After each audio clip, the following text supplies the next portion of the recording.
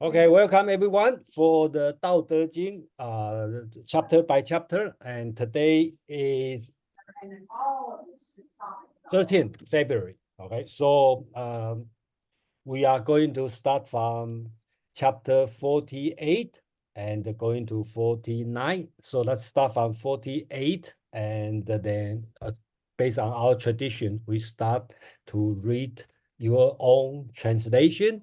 And then Amang and I is going to share our translation, then we can comment.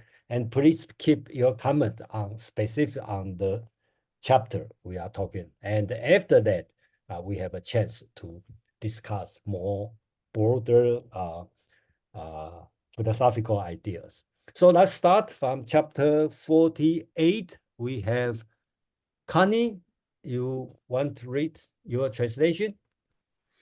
Yes, I'd be happy to. It's the Ursula Le Guin, chapter 48, Unlearning. Studying and learning daily, you grow larger. Following the way daily, you shrink. You get smaller and smaller, so you arrive at not doing. You do nothing and nothing's not done. To run things, don't fuss with them. Nobody who fusses is fit to run things. Okay, thank you. We have Kwang, please. Okay, translation by Professor Moss Roberts, stanza 48. To pursue learning, learn more day by day. To pursue the way, unlearn it day by day. Unlearn and then unlearn again until there is nothing to pursue. No end pursue, no end ungained. Whoever means to win this world below never undertakes that task. Whoever does make that his task is not fit to win this world below. Thank you, Kwang. Anyone want to read your translation? Peggy, you want to read your translation?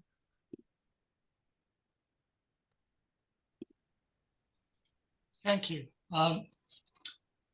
Let me cut and paste my, sorry about this. I thought I already done it.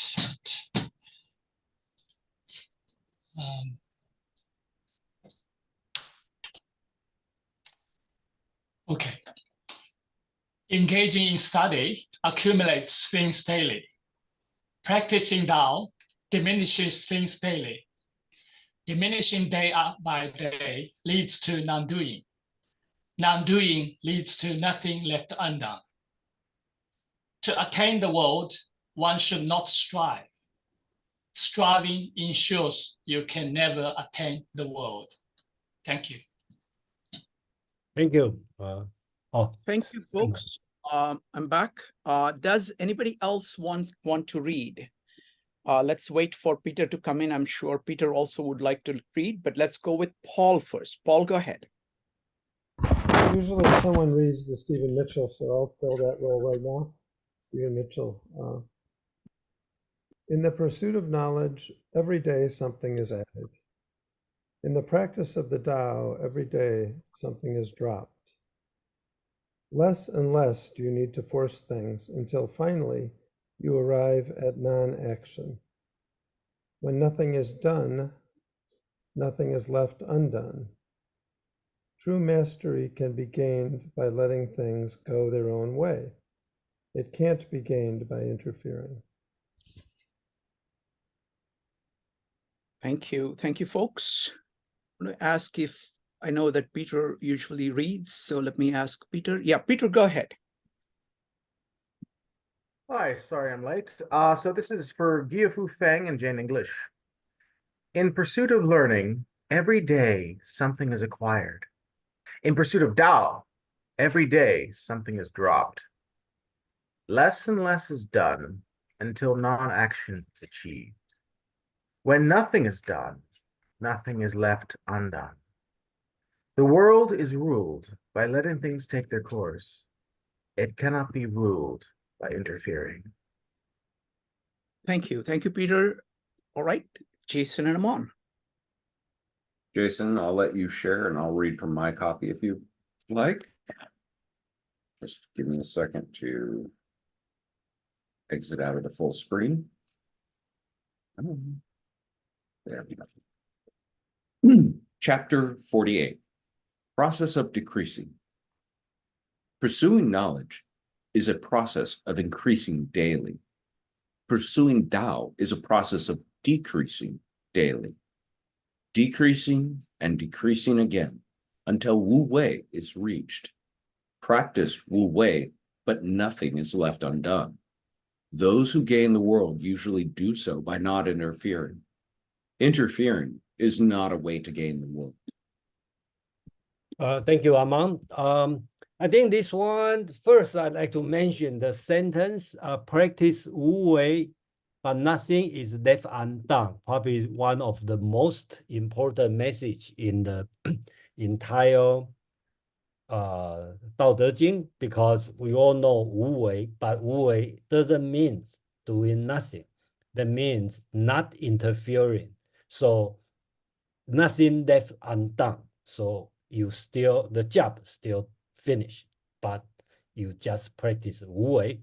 And I think the second information here is important, is not by not interfering. In Chinese called 无视, okay? And I usually translate 事 as business as interfering. So I believe Wu Wei, non-doing, is just opposite to interfering.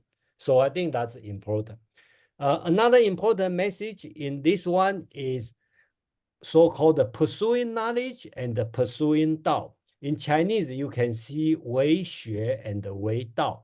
So I think that's also one of the important, one of significance in Chinese philosophy, because Chinese philosophy separate knowledge, which you translate as learning or study, okay, is one thing. And Wei Dao, which is pursuing Dao, is a different thing.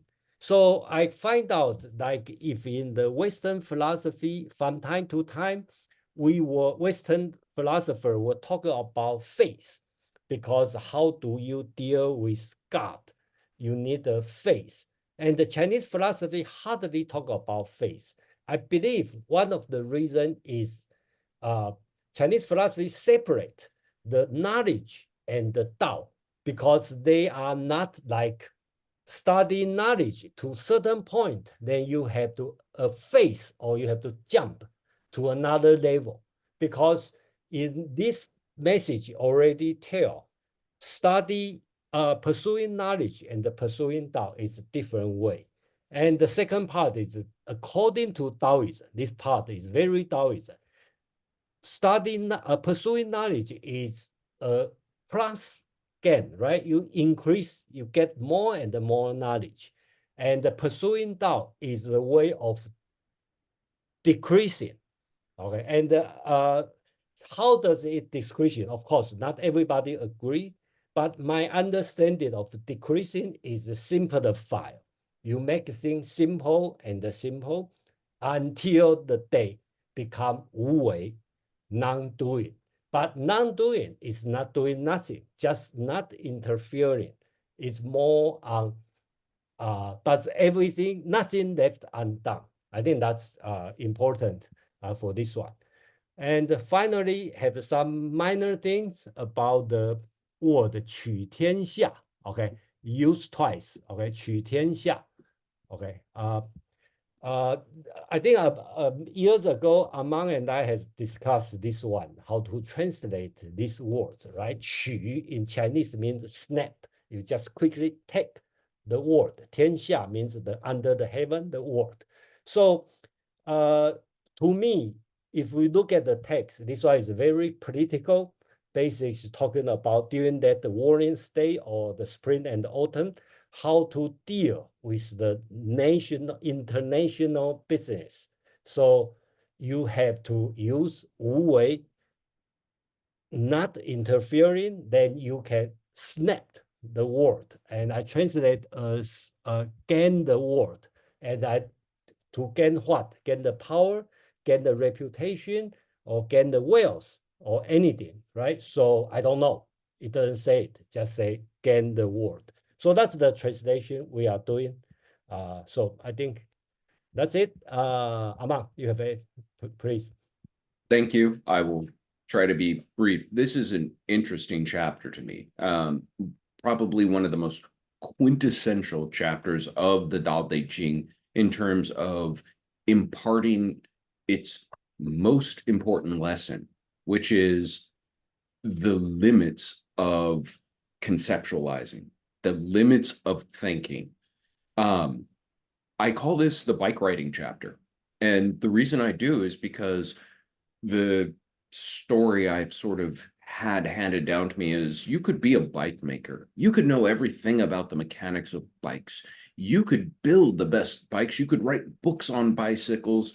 You could write long articles about bike racing tactics, etc. You don't know how to ride a bike unless you do it. That is the only way in which you gain that ability. That's not knowledge. It's an ability. It's a capacity. It's something you do. And to do it well, the first time you're in your head about it, you're nervous. You're thinking, am I pedaling? Do I need, where's my brake? What's this, my front brake? Is this my rear brake, etc.? With that practice comes a peeling away of those layers of anxiety and sort of a cognitive overload of the process, until when you're good at it, you're not thinking anything about it. It's a natural reaction. This is the probably more contemporary, and everybody who drives can appreciate, is the learning to drive versus long empty highway now. The anxiety and stress of learning versus the proficiency of thoughtlessly doing because you've gained the virtuosity of doing it. That is the way of doing without. Wu doesn't mean no, it means without or in the absence of doing. Wei. This is one of two chapters in the entire text where this message is imparted. And we started this because we're doing the Mao Dong version of the De Tao Ching, but what will, in that case, end the translation is chapter 37. And it's the other place where this message of Wu Wei really dominates. I could get very scholarly about the other subtle differences between the text and the Mao Dong version, but I don't think it's absolutely essential for appreciating what the message or what the lesson is being imparted here. And what does that mean for snatching the world? It means that when the moment's right, when all those other warring states have warred themselves to pieces, you have an opening to just put your hand in and take the leftover kingdoms, the leftover people, the leftover land, the leftover treasure. And it's not going to be effortful. It's not going to be, you simply take it because you are in the position through your non-action to now be of benefit to all those people who had to live through others' sort of avarice strife. Just one minute before we open to discussion, I have one probably trivial thing I want to mention. I kind of see this second round of translation, I kind of see it's important, is the word 常 here. Okay. And I know most of translation will translate as always, permanent, persistent, or kind of absolute term. And I checked through the new version, the Ma Wangdui version. of Tao Te Ching, they have to use two words, okay? So I decide to translate this word as less absolute. I'm going to translate as usually or common, this kind of way, okay? So it's kind of, I checked all the chapter, I think that makes sense. But again, it's probably different than if you double check on your English translation, probably most of people don't translate this way. I just want to point out, and I'm very, I expect everyone, if you have a question or you want to challenge this idea, I'd like to know, because I think the way I read the Tao Te Ching is less permanent, less absolute. So that's why this word will happen many times. So please pay attention on this word. And I expect is different than your version. So yeah, thank you. Thank you, Jason. Would love to hear everybody's comments. It's going to be Peter followed by Quan. Go ahead and type an exclamation mark or raise your hand in Zoom in order to comment. Peter. So please forgive me, because it's only been in the past 2 days that this quote has come up multiple times from Picasso. Quote, "It took me 4 years to paint like Raphael, but a lifetime to paint like a child." And to me, I don't mean to take away and detract and to bias the stanza relationship to that quote, but in relationship to this idea, what does it mean to decrease? And I think there's the idea of trying to move towards stillness, of trying to remove layers of potential sensation or reaction, where I would argue that so much of this has to do with conditioning, of this idea of that who we were before we started learning to conform, before we started pretending, before we started acting. And when our parents said, no, you need to be this. And every child has to figure, okay, how do I stop being natural? And how can I be what is required of me? How do I stop this natural compulsion of being? And how do I, I think one of the biggest things that we all have to learn, one of the greatest methods of self-control, is learning how to not wet ourselves while we sleep. It is that ability to maintain self-control, that tension, that inner tension of mind, a body, even to the depths of unconscious. And that is the beginning of our process of learning to conform to the world. And so to me, it is that sense of that cultural conformity, of that sense of you need to fit into this box, that we gradually, through our life, through our meditations, through our explorations of the Tao, the more we let go of these boxes, let go of these ideas of how we should be and act compared to the more naturalness, the effortless compulsion that when we have no strength whatsoever, what comes out? What emotions, what thoughts, what action, what dance, what's all the different things that would otherwise are right now in the way of true and deep and profound relaxation and peace in relationship to what we are and what comes of us. And to me, it is that angle of approach, not seeking silence or stillness, but that natural relationship to this idea that just like birds, we have a song. Just like all the rest of life, we go after that which we want most.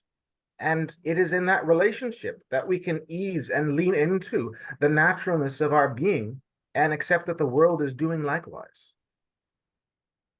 Thank you. Great comment. Thank you, Peter. Next up is going to be Quan, followed by anybody else who wants to comment. Please go ahead and type an exclamation mark. Quan.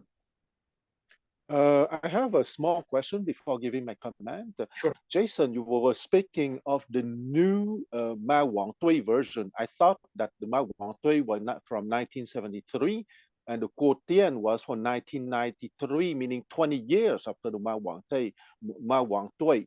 Is there another Ma Wang Tui that I'm not aware of? No, I don't know. No, I just find I don't know. I'm not that good on the different version, but I do find out amount probably know better on the which version. But I noticed the new version or Ma Wang Dui version has the two words, okay, 横 and 长, okay, and then instead of only one word 长, okay, so there's a subtle difference, and which enlightened me because I always not reading Tao Te Ching as that absolute or that serious. I see Tao Te Ching is more loose. Okay, put this way. That's my understanding. You know, probably Ama would later know the different versions. Actually, I can give you a visual of the Mao Duong and the Guodian side by side here. That first one is the Mao Duong, and the second one is Guodian. There Okay. are 6 words in the Mao Duong that are retained from this chapter. Just Okay. 6. Because for those people who don't know those historical details, the Mao Wang Tui version has been discovered in 1973 and was from a tomb that was closed in 168 BCE. Okay, and the Quotian has been discovered, which is a place, has been discovered. The Quotian version has been discovered in 1993, meaning 20 years after, but was a tomb who was closed around 300 BCE. Okay, so the version who has been discovered in 93 was an older version by almost 2 centuries from the one who has been discovered in Mao Wang Tui in 1973. So the Mao Wang Tui was from a tomb of a certain marquis from the Han Empire. So the received version that we have is coming from the Mao Wang Tui version. Okay, that's why I was surprised to hear the new version, because Mao Wang Tui is the version which is the closest to us. Okay, but anyway, I think that Jason and Aman gave the important intellectual and philosophical element. I close that chronological detail. I would like to go to the more philosophical comment that I would like to offer. I think that this stanza for the A process of decreasing is very important because it is putting in parallel 3 things, okay? Learning information, learning skills, and learning being. Even if I think learning being is a quite clumsy expression, okay? I remove learning being, I would say discovering our being. Maybe it's better to say it like that, because our being is that pure awareness is our foundational reality. And in the normal social learning precisely, we tend to not feed that discovering of our being, or this rooting in our being. Okay, I come back to a metaphor that is used very often in spirituality. I'm sure that all of you know, is the metaphor of the beggar who has forgotten the diamond in his pocket. Okay, and the diamond precisely is, I love that metaphor. I always use it, and probably I won't bother you guys in the future reading with the same metaphor. That diamond is precisely that pure awareness at the foundation of our being, which is our being, that we forget because we are in the pursuit of learning information and learning skills. And paradoxically, for those who are too obsessed by learning information and by learning skills, they will end up by being clumsy because they don't let their fundamental being to be in manifestation, if I may say so. That being said, I would say that I already said in the past that Confucianism and Taoism are twins. The two offer the same teaching, with Confucianism starting with the social learning and ending up with the cosmic learning, and Lao Tzu would insist for the cosmic learning first, and after the social learning that he would see as a kind of needed evil, if you want, okay? Because he thinks that that social learning is absolutely evil from the Taoist perspective. I would say that the perfect education that we don't have yet would be to introduce the cosmic learning, or the rediscovery of our cosmic being, when the child start to talk, okay, because we all know that the ego is a structure that is built around our name, okay, and that structure will run very fast and will be solidified from the moment that the child will talk, because that ego is constructed a lot around articulated language, and most children will start to talk around 2 years old.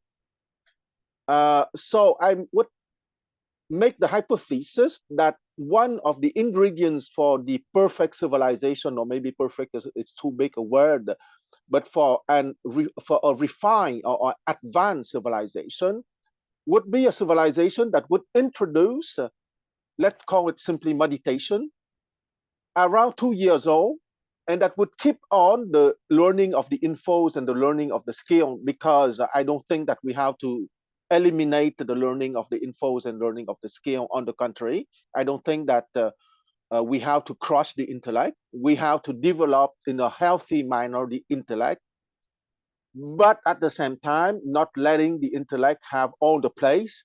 And because we would have introduced the learning of the techniques of meditation at 2 years old, at the same time that the intellect would start to run very fast and very strong, because most of the children start talking around 2 years old. I stop here for now. Thank you, Kwan. Great comments as always.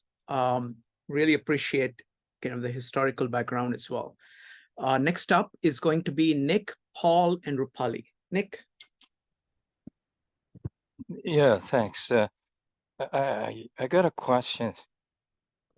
So especially for Jason, Amon, and Peggy who translated, it's the pair of contrast that one is about increasing, the other about decreasing, and in my translation, it's about gaining versus losing.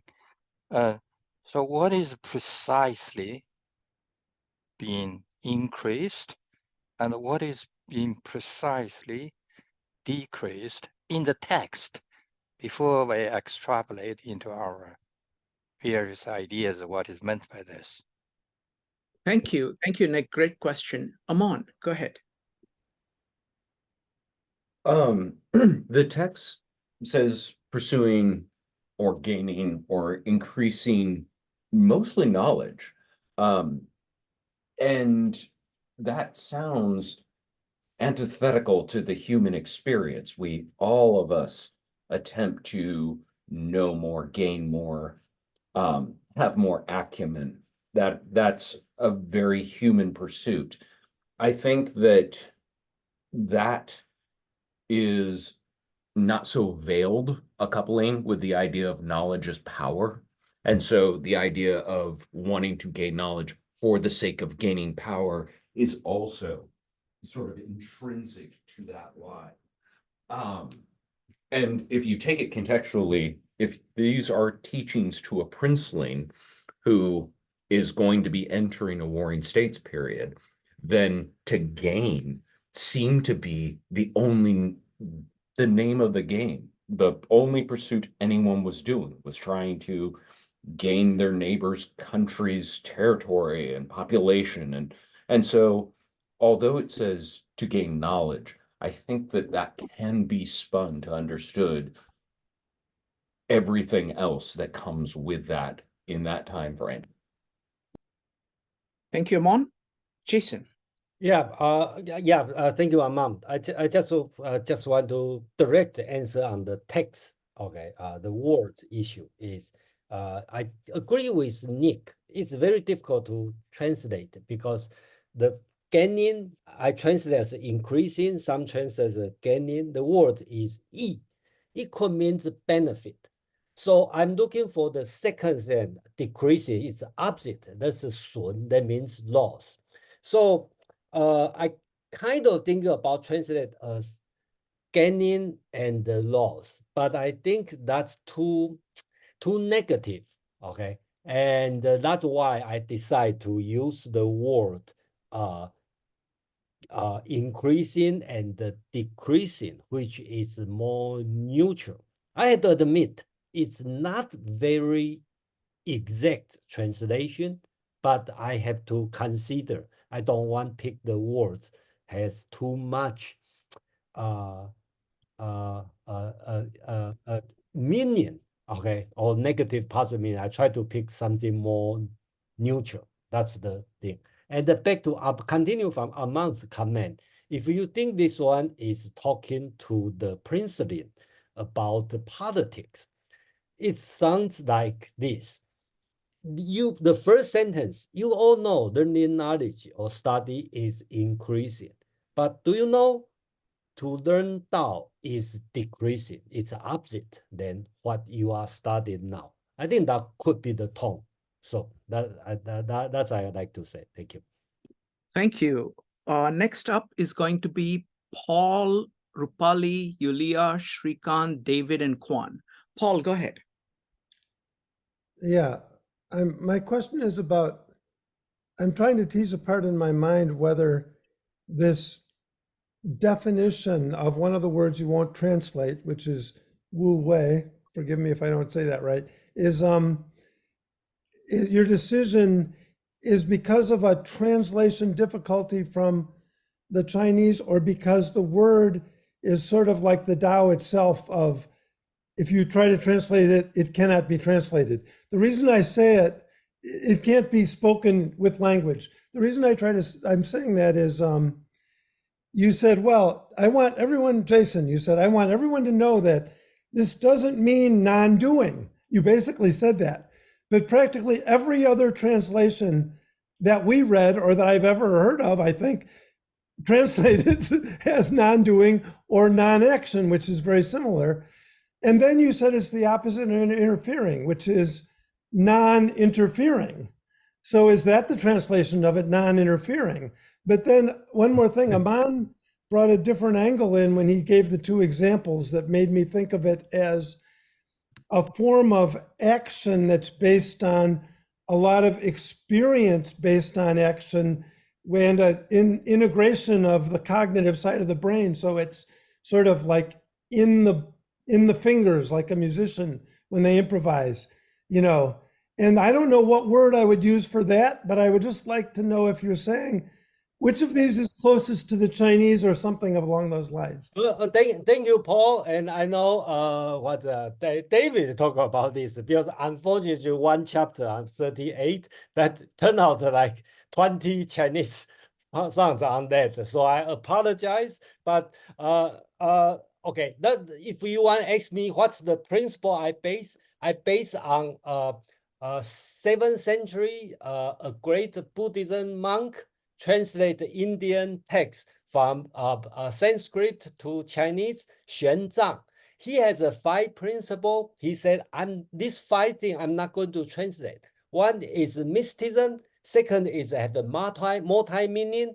Third is 词土无有. That means there's no language in this place. Number 4 is tradition. Okay, it's been translated a long time. Number 5 is so-called Chinese word called 生善. That means the respectable word.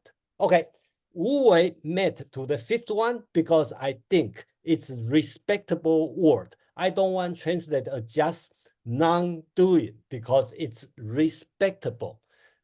人, okay, benevolence, I think it's multi-meaning, because if you just use benevolence, you lost the meaning. That's why I translate this way. Qi, okay, doesn't exist in America. So I have to translate as qi instead of breathe or something else. So that's the principle I follow. Okay, so I'm going to stick with this principle, but welcome to any kind of challenge. Thank you. Thank you. Thank you, Jason. All right, next up is going to be Rupali, followed by Yulia. Rupali, go ahead. Thank you. I wanted to just piggyback on what Kwan said about education, and also this particular verse about increasing and decreasing. And when you do less and less, there's nothing to be undone, really. And so in terms of education, I think I'm very curious to see, Kwan, what your thoughts are. I'd like to discuss that. I work with children ages 2.9 through 14 years of age, and I run a Montessori school. A big part of Montessori education focuses on their moral development during this age group. And Maria Montessori's philosophy is that the teacher should do less, which means that the teacher's not really lazy, but she's allowing the child to do more. And by allowing the child to do more, the teacher has to observe and give the right tools to the child at the right time so that the child can continue to grow. And so that is the increase in the child's development. But the teacher has to decrease her interference. And the less and less and less she does, the more and more the child learns.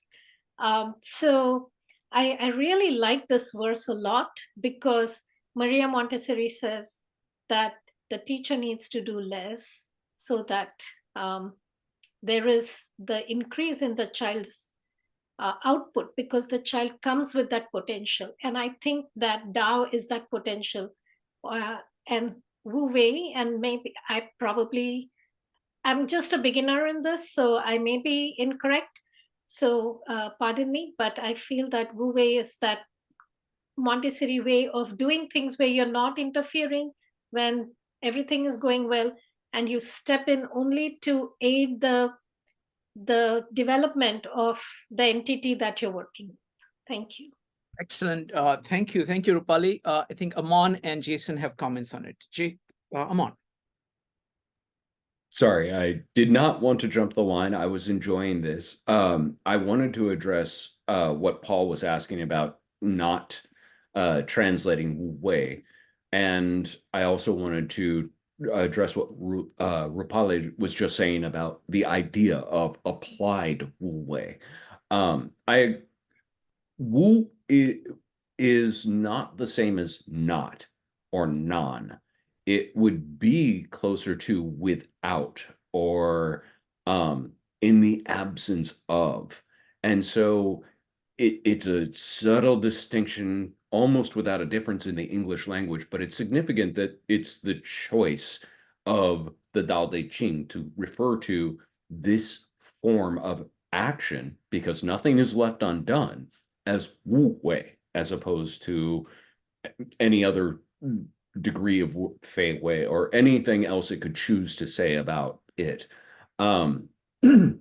It's worth a little bit of the investigation. Plus, when you get the Chinese jumping off the page in the middle of reading an English passage like this, it arrests the reader and makes them understand, wait, something important's happening here that doesn't have a shorthand, simple A to B translation that I can gain this concept from.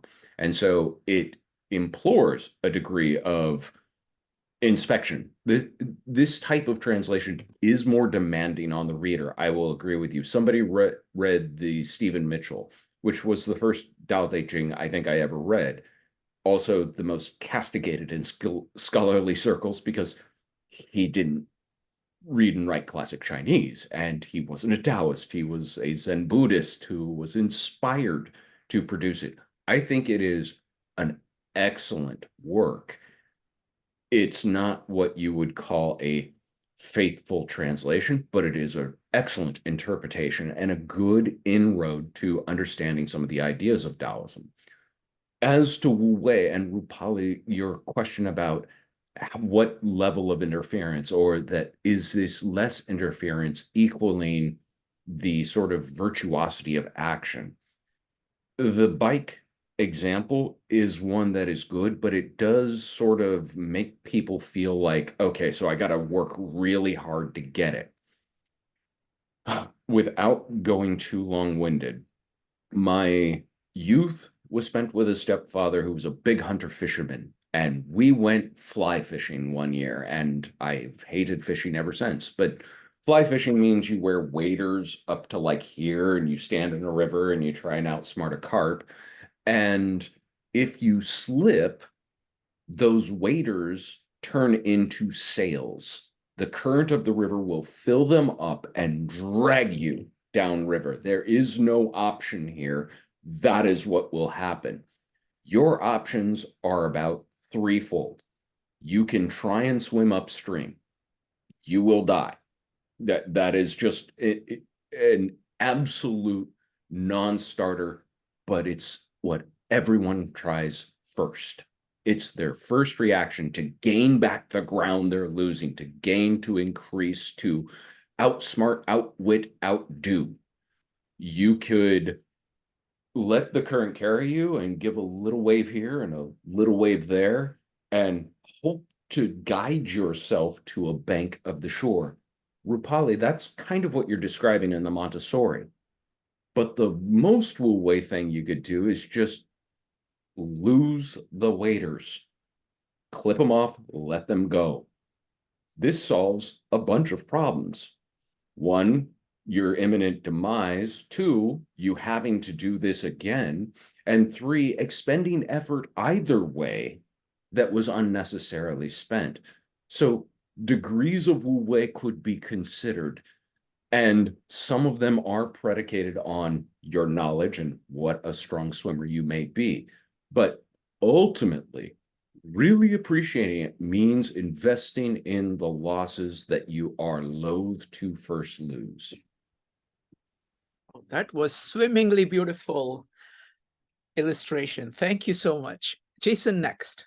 Yeah, just briefly, I think Rupali, you are an educator, and I hope you stay for next chapter talking about child. So I would like to hear what you will say for the chapter 49. So thank you. Thank you. Next up is going to be Yulia, Shrikant, David, Kwan, and Mark. Yulia. So this conversation is making me think about the parallels with the Judeo-Christian view, right, in Genesis, which is very much anti-knowledge, and this idea that somehow ignorance is a better state, and there's something wrong with knowledge for us, like we are not really equipped for it. And especially like in Milton's retelling of Genesis, there's so much of this, and he writes it really, really well. To know no more is man's greatest happiness, and so forth. I was just thinking that it's really interesting that these two different traditions have a similar kind of anti-knowledge view, though probably for very different reasons. And I was just wondering what you guys think about that comparison. Thanks. Thank you. Thank you, Yulia. If Jason or Amon want to comment on it, go ahead and raise your hand. Otherwise, we'll continue, and anybody wants to comment on it at any point can do that. All right. Next up is going to be, wait a minute, it's going to be me. So a couple of things. So firstly, I love this verse. I love this verse. Modern life is full of many, many, many things, and things keep on multiplying. So this really is powerful in the modern. It is powerful anytime. It's particularly powerful in modern times because we always think more is more. Second thing, I want to bring in the Indian concept of attachment to things. This is a caution against attachment to things, continuously kind of saying, okay, this one, because there is no end to it. I also want to talk about the more and the less. What he's saying is that the more part, I'm using Ursula Le Guin's translation, studying and learning daily, you grow larger. So you grow larger in stuff, in material things, the 10,000 things. You are kind of working with more 10,000 things. Following the way daily, you shrink. But I think the unit here is different because you're talking about principles, having small number of principles, getting to the core of the core principle, the first principle, the creative principle, the restorative principle. That is going towards one. So if you say, no, no, no, I am better because I have 100,000 principles, I'm sorry, that's worse. So in principles, so it's kind of moving from focus on things to principles. And I like the way in which Kwan put it, like when you're focused on matter, material things that are out there, there are many things. Moment you start focusing on the skill, Aman also brought it up, suddenly you have a focus within the context, and you're focusing on the actions that are taking place in you. And from the skill, the next part is being. So it's like things, skills, and beings, each kind of getting concentrated, and they're getting concentrated. It's not like you're doing, actually, you're at the point of maximum leverage. You're kind of moving towards, as Aman was saying, you're kind of accepting the flow so that you're moving to the points of maximum leverage. All right, next up, give me just a second here. I lost the track here. Hold on. Okay, next up is going to be David, Kwan, Mark, and Peiji. David. Right.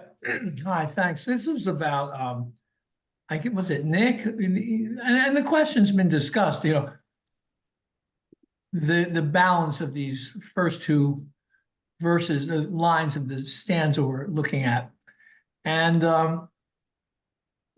that learning, aiming at, it's sort of being put at aiming at augmentation, whereas the truth, the way, the Tao aims at diminution.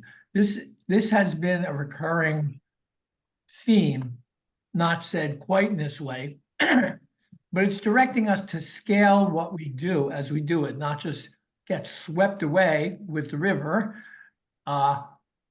in the particular thing we're in at the moment, losing track of our being, which is easy to blink and not pay attention to your being anymore. And this is saying the basic has to be present. So we did have learning as a good thing. So that's standing on that learning back in 38. The learning was pushes up in response to the disregard of the Tao, the disregard of truth. Learning comes to the fore as a positive force when you have that problem. But the Wu Wei, the greatness is indwelling in the fundamental, which is the real, right? And shunning the trivial, the ornamental, so the unessential. So when you're learning, as Shrikant was saying, you pull out the principle. And what you learn, as much as you learn, it attaches to the principle. So it's the simplest possible, branching out. It's still unified. And this is connected, I think, to a lesson also came up about satisfaction is not having more stuff. It's a clarity about what you have present and what's real. And dissatisfaction is the confusion over what you need more, stuff that isn't here. Constantly leaving the present, the being. So this reduction down to what really is, in a sense, comes to not having superfluous things, and the inaction of that leaves nothing real undone, right? So but that was also taught before in terms of learning, so now we're doing it, learning towards inaction. This is just bringing it in, that learning seems expansive, as we've said.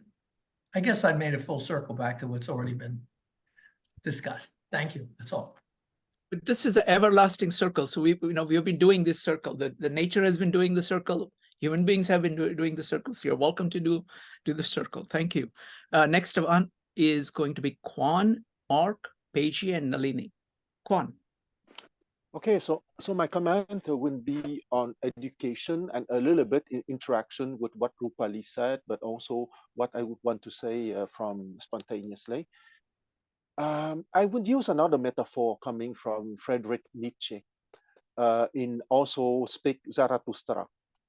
I don't remember the chapter, but in the image the following. He said that a man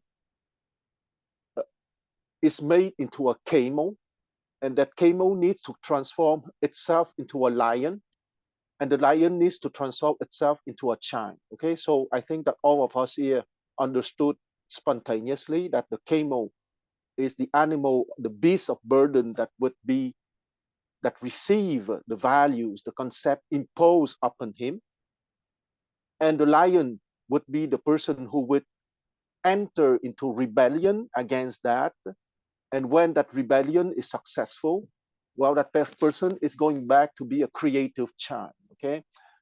So that is the tragedy of our present education, putting too much emphasis on brainwashing the children. Okay, because uh, uh, I am a clinician in psychiatry. I know what I'm talking about, because most of the time that we deal with people, it's because they did not manage to become a creative child. Okay, because if they goes into my office, it's because they are no more a camel. They are in the phase of being a lion, and because they transform from a camel to a lion, there's some suffering that is related to that transition, if you want.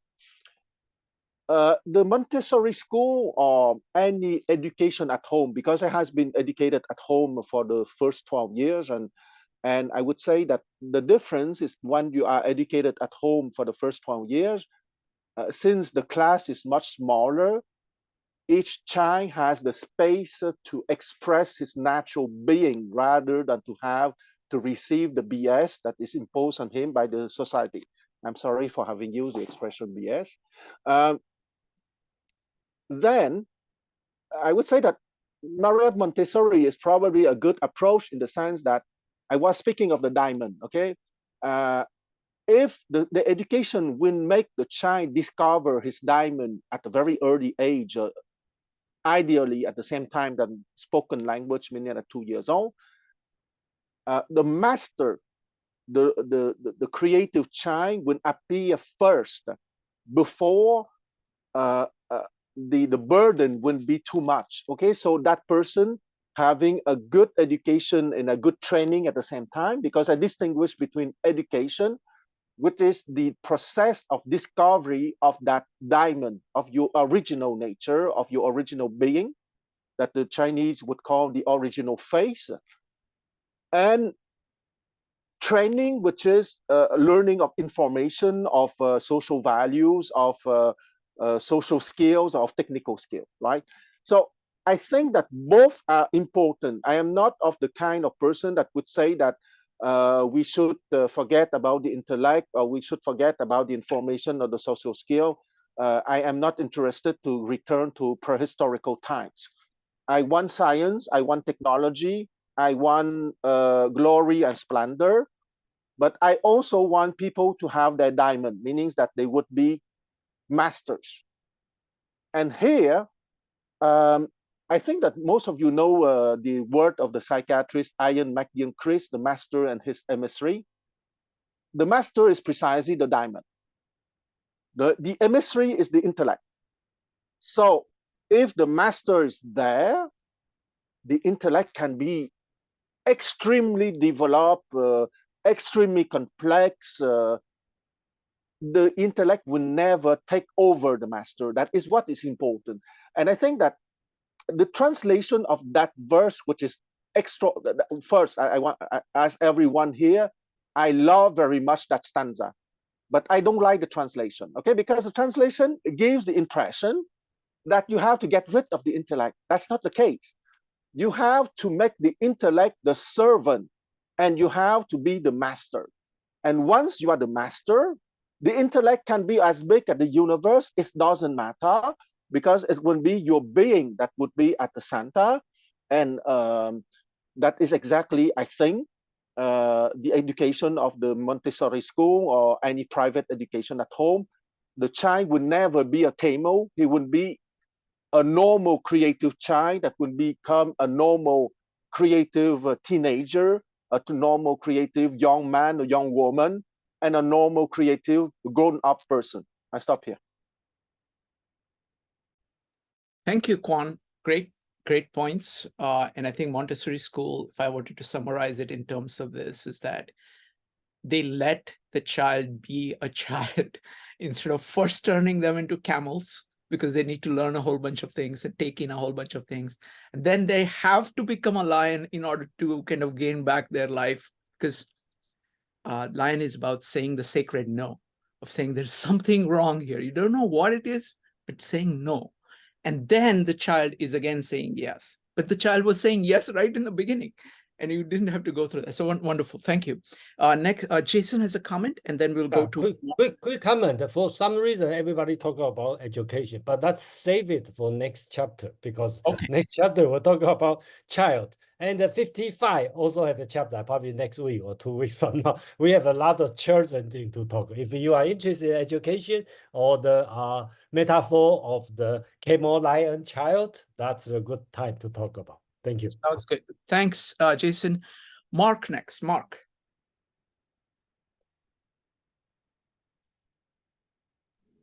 Okay, thanks. Love hearing everybody's ideas on this. And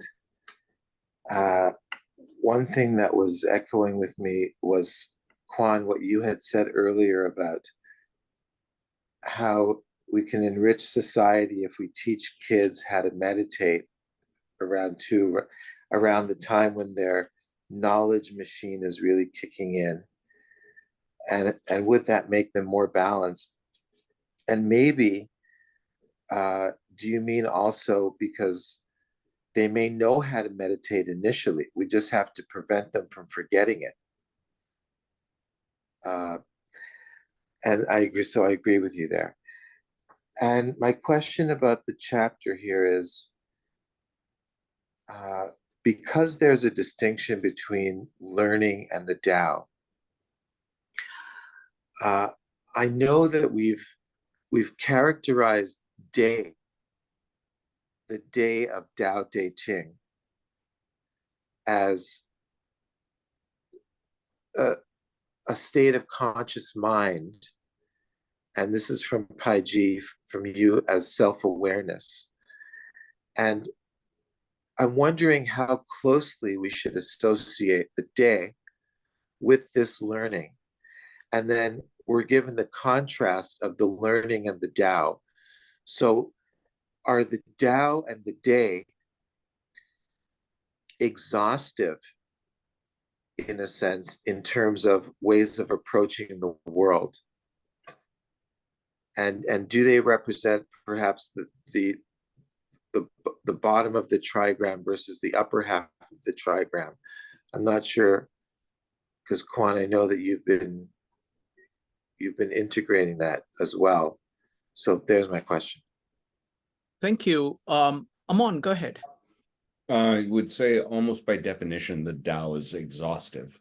It certainly can be exhausting to try and understand, but its ubiquitousness is one of its key features. There is no place or time or way that the Tao isn't, because even if you go there it still is. So to ask if that's exhaustive is kind of saying, is time exhaustive? It is a feature that simply exists. A brute fact, as they like to say in philosophical terms. As far as day being exhaustive, day is something that everything has, but there you're talking about something in degrees. And so your day can be very diminished. And there are ways of diminishing that pure, authentic you that could shine through. We educate it out of you is a big part of that. And that is by design. Wetting our beds is something we are made to stop doing because it's incredibly inconvenient for all parties involved, but not so much for the average animal that just exists without worry about somebody having to wash the sheets, etc. And so we start hampering day very early on. That is kind of what the training here is imparting. That to get that back means letting go of a lot of learned behaviors. And there's a robust discussion happening in the chat about learned behaviors. We don't get a say in learning behaviors. In fact, it is the Tao of being a human that we clasp onto and obtain a language just by osmosis of other people speaking around us. And we don't get to pick what language that is, but it has an effect and it shapes us. By the time anyone would be old enough to begin understanding the lessons of this, so much has already been done. They're already wearing clothes. They're already potty trained. They've already, acquired a language. These are all things that are learned. And the Tao, part of the Genesis conversation that was happening, the Tao never goes about saying to learn is bad. To know things, to learn things, that's perfectly fine. That is almost what it is to be a human. But measured, it's the absolute sort of avarice pursuit for more. I need to know more. I need to understand more. Our version of this that we kind of have in the modern day is doom scrolling social media because we got to just get the next thing, the next hit. We can all acknowledge that ain't helpful. And you can see the zombified person who's doing it, who might have some great personality that you're never going to get to encounter because their unquenchable thirst for more is just what they're consumed by. Thank you, Amon. So Amon and Jason, I have a kind of moderating question for Jason and Amon. There are a lot of people who want to talk about this, and I want them to be able to do that. At the same time, we are committed to doing two at a time. So one possibility, there are two possibilities. Either we can just continue with this and not do the next one. That's possibility number one. Possibility number two is that we can start off the next one and then allow people in the discussion to comment either on 48 or 49. My preference is that, so that Jason gets to put this thing on the table before he leaves, and folks can hold their thoughts, use pen and paper to keep track of what you had to say, and comment on both. That's what I would recommend. Jason, but I would go whatever. That works for you? Yeah. All right, yeah. folks. So we want you to comment on 48, okay? But we're just going to combine that with the comments in 49. You can either, after we're done with 49, you can either talk about 48 or 49, all right? And with the same order, we're going to go with the same order that is lined up here when we go to comments, and you can either comment on 48 or 49 or come back, all right? So we're going to do 49. Who would like to read 49? Just go ahead and type an exclamation mark if you'd like to read. I think Kwan has typed an exclamation mark. I'm keeping track of everybody who wanted to talk before, and they will get a chance to talk immediately after we finished presenting 49. All right, Kwan, go ahead. Okay, translation by Professor Moss Roberts, stanza 49. The wise maintain no constant mind, but take as theirs the people's mind. Those minded to do good, we take for good, as we do those not so minded. And this obligates their goodness. And the trusted I trust, as I trust the not to trust. And this obligates their trust.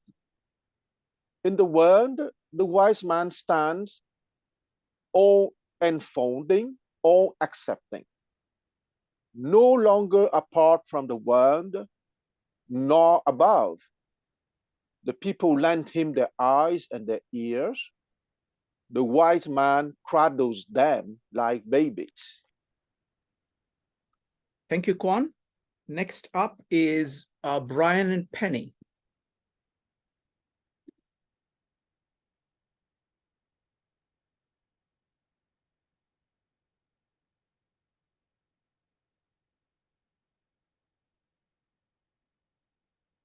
Okay. I'm going to read J.H. MacDonald.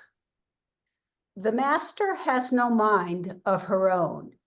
She understands the mind of the people. Those who are good, she treats as good. Those who aren't good, she also treats as good. This is how she attains true goodness. She trusts people who are trustworthy She also trusts people who aren't trustworthy. This is how she gains true trust. The master's mind is shut off from the world. Only for the sake of the people does she muddle her mind. They look to her in anticipation, yet she treats them all as her children. Thank you. Thank you, Penny. Next up is going to be David. Sorry, I don't have the new version to read. I raised my hand. All right. That's all right. Okay. PG, would you like to read your translation of 49?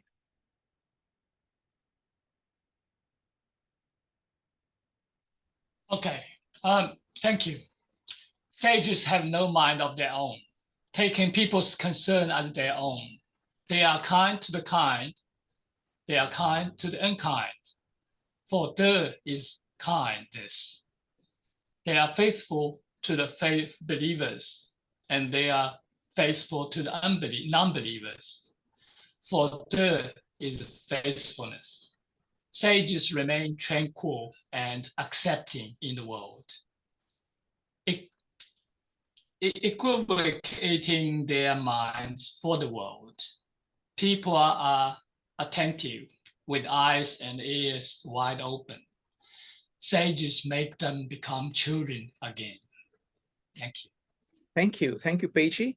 I'm going to read Ursula Le Guin, and then we will go to Jason and Amon's translation, and then we will have comments on both 48 and 49.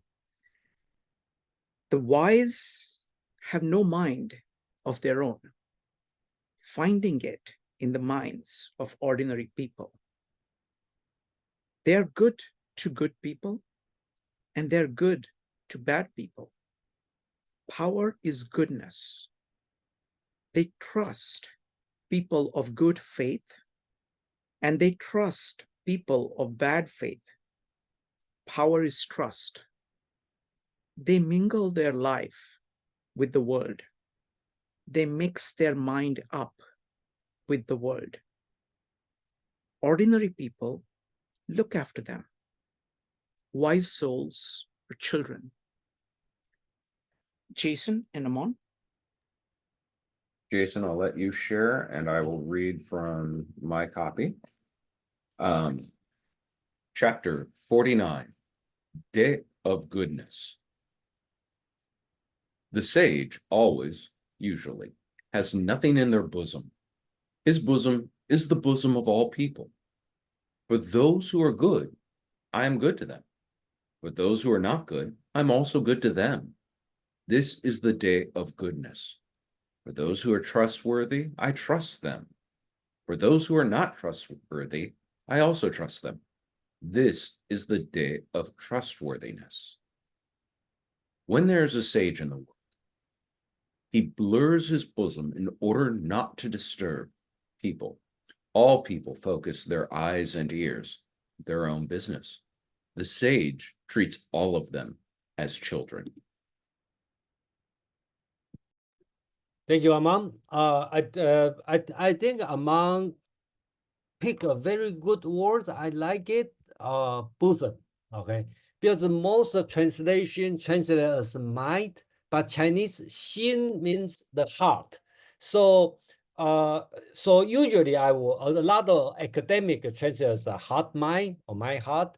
I think it's too non-English or something. But Amon said bosom, and I try to match on other texts. I find out other than it's an old English word, it's probably very fit to the ancient Chinese text, because it means not only the mental, also means your feeling. Okay, so sensual and sensual and the mental. Okay, both sides. So I think I'm going to stick with this word bosom for the translation. Another thing is there's a way you might find some different translation, because the Chinese word here, some version talk about 常无心, that means has nothing in bosom, or sometimes is 无常心, has no constant mind. Okay, so these two words may swap. So I don't know which one would be right. I prefer the way I use, which is has no nothing in his bosom, nothing in his my heart, because no bias. If you read, I need to quote from Zhuangzi in the chapter 4, the human world, when Yan Hui, Confucius, of course, that's another true story. When the Confucius student want to talk to a tyrant, Confucius asked him to have a fast of mind, which is this kind of idea. You have no bias, nothing in your mind. Okay, I think that's the meaning here. So again, this one is very political teaching. So the Lao Tzu is talking about, as a president or the ruler, you should not have some idea in your mind. You should use people's mind or bosom for your mind. And the rest is simple, right? The matter people doing good, I'm good to them. They're doing bad, not good, also good to them. Is not trustworthy, you trust them. If not trustworthy, I still trust them. And that's the power of trustness, or you want to call the of trust, of the trustness. I think it's Mark asked about the relation between Tao and the De. And here is talking about that's the power of trustness. That's the power or the De of the goodness, which will lead you to Tao.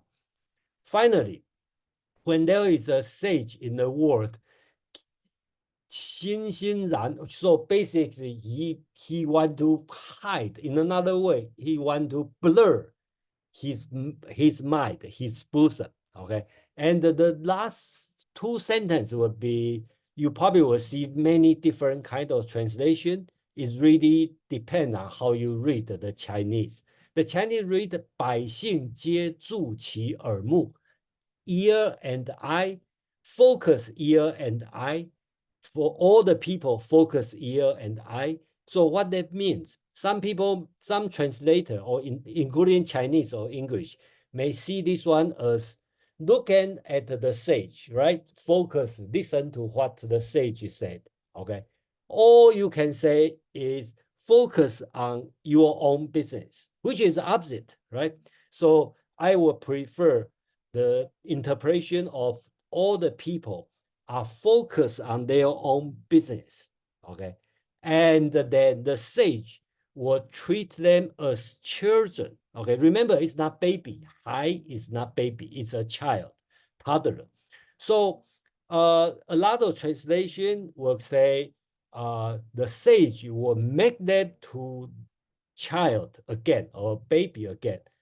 Technically, it's not wrong, and I don't think there's anything wrong this way, but I just prefer to translate as treat them as children, because that's why we talk about education here, because depending on how you treat your children, right? If you are a tiger mom, then I don't think that's the way I want to talk about. I think it's kind of like, if you are a toddler, you would let them do whatever they want to do, because if child's doing something bad, I still treat them good. If child doing not trustworthy, I still trust the children. This kind of attitude. So that's why I choose this translation, because they will make the whole chapter consistent, right? You treat the people as children and let them do their own business, and then don't interrupt them. And then I also don't have a fixed mind, or I don't have any bias, okay, to do it. So that's how I read this chapter. But of course, I do my best to be faithful to all the texts. So of course, you can have your own understanding or your own interpretation. Yeah, thank you. Aman, please. I just want to say, here is the remedy for those who read Wu Wei and were saying, what? I got to learn more Chinese? And I have to say, after reading this aloud here, I don't hate it as much as the first time I offered it, because Xin, I dropped into the chat, is a hard word to translate into direct English. Yes, the actual character is a picture of a heart, but the concept and connotation is one of heart mind, very similar to sort of ancient European understanding of where does the conscious mind reside. It is a function of the heart. And so I really hunted for a more accurate, direct English word that conveyed the same idea as Xin. The closest one I hit was this very sort of archaic term, the bosom, because it is something that was of a kind to the idea of Xin. And so when I offered it, or when I made the suggestion, I think I even told Jason in our commentary, I don't love this word. I'm not thrilled with it, but it's the best one I can find. Reading it again, it reads smoother than I originally thought, because every time I hear bosom, I think it's something like my inner 8-year-old just giggles, because of sort of the modern spin on it. But this is the challenge of translation. You want to find something to be faithful to the text. You want something that communicates well to the reader. You want it to evoke some of the same eloquence as the original text. So yeah, don't mind me. I'm actually just kvetching about the trials and tribulations of doing translation. But like I said, I don't hate it as much as I did on first reading it or first suggesting it. In fact, I think it works quite well. And I want to say, Jason is correct. The idea of I'm good to those who are good to me, I'm good to those who are bad to me, I give trust to people who are both trustworthy and untrustworthy. That seems kind of anathema.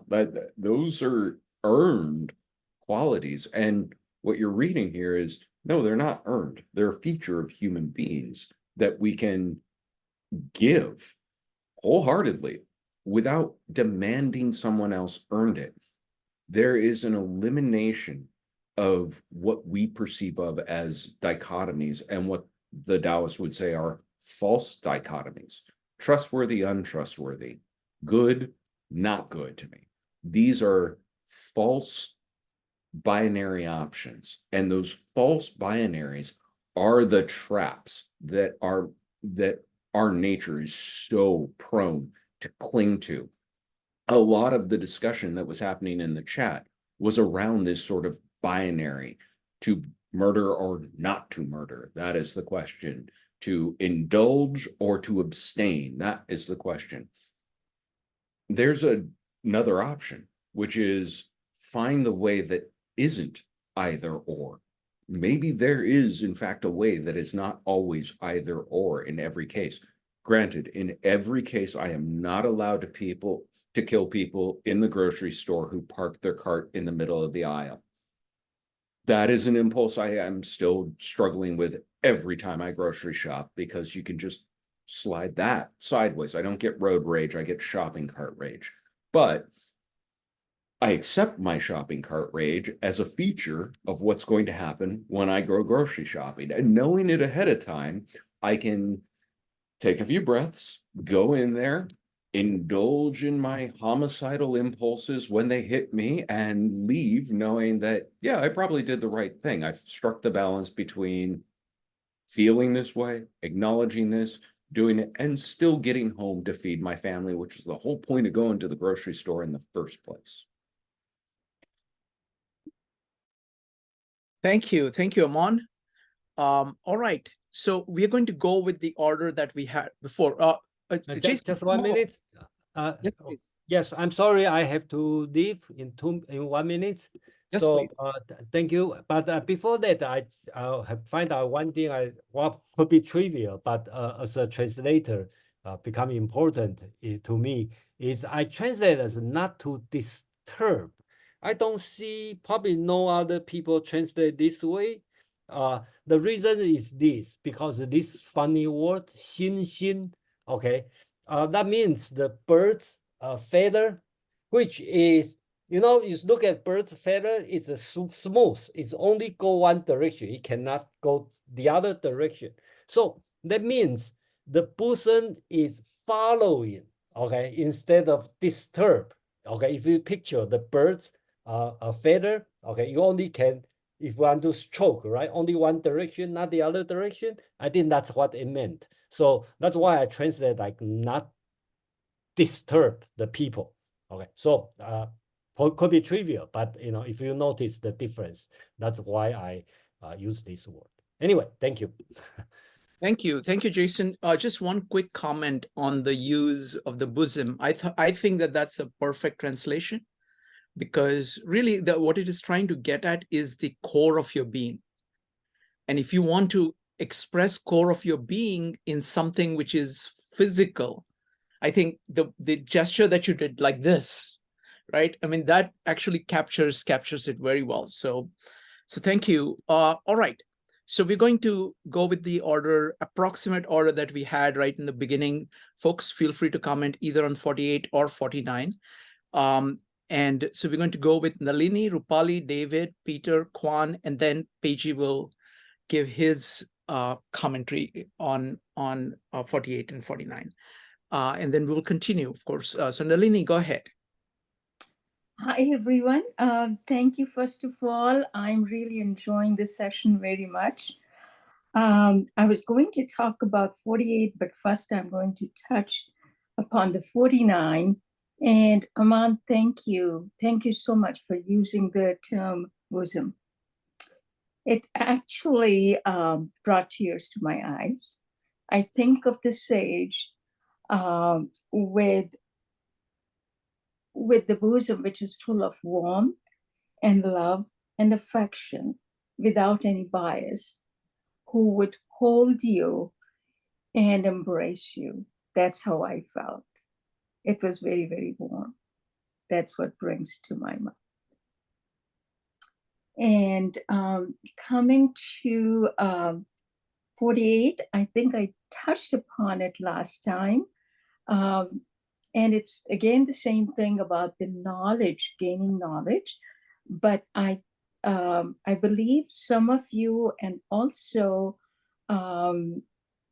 Shrikant, you mentioned it, and I think Aman, or I don't remember who, learning, knowledge is the information that you receive, you gain knowledge from that, but it has to be used for practical reasons. And to do that, you need the skills. If you don't have the skills, then you cannot filter that knowledge and use it for whatever purpose you're going to use it. At the same time, you have to let it go, because the old information, not always bad information, because in history you need the old information, but in some areas you need the new information. So when there is information load, when you're collecting all that information, you need to let it go to make room for the new information that can be used. Let go, I thought, and just to clarify, I'm new at this. I don't know anything about it. So please forgive me if I am saying something which I shouldn't be saying. I apologize for that. But to me, let go, as I explained, but it also means, and I think Shrikant mentioned it, is the detachment.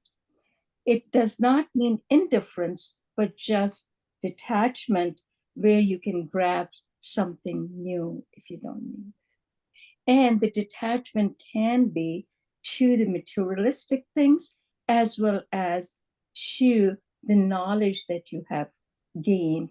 You can become detached to that in order to make room for the new information. That's it. Thank you. Thank you. Thank you, Nalini. I think Rupali is going to go a little bit later, so it'll be David and Kwan next. David, go ahead. Oh, thank you. That was sooner than I thought. I like what Aman said about when we look at these as binary issues, do and don't, we might be constraining ourselves unnecessarily.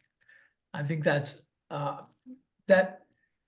sort of does fit into this number 49. And it's sort of, interestingly, in another way, I'm going to say it doesn't, which is one, it sort of suggests an objectivity to the morality of the dough. Because there's a distinction being made between the truth teller and the deceiver, and the one trying to do something. It's clearly there's a wrong and a right going on, and the master is not just acting the same towards everyone because he or she doesn't recognize it, but is treating this person with the same degree of respect and doing well.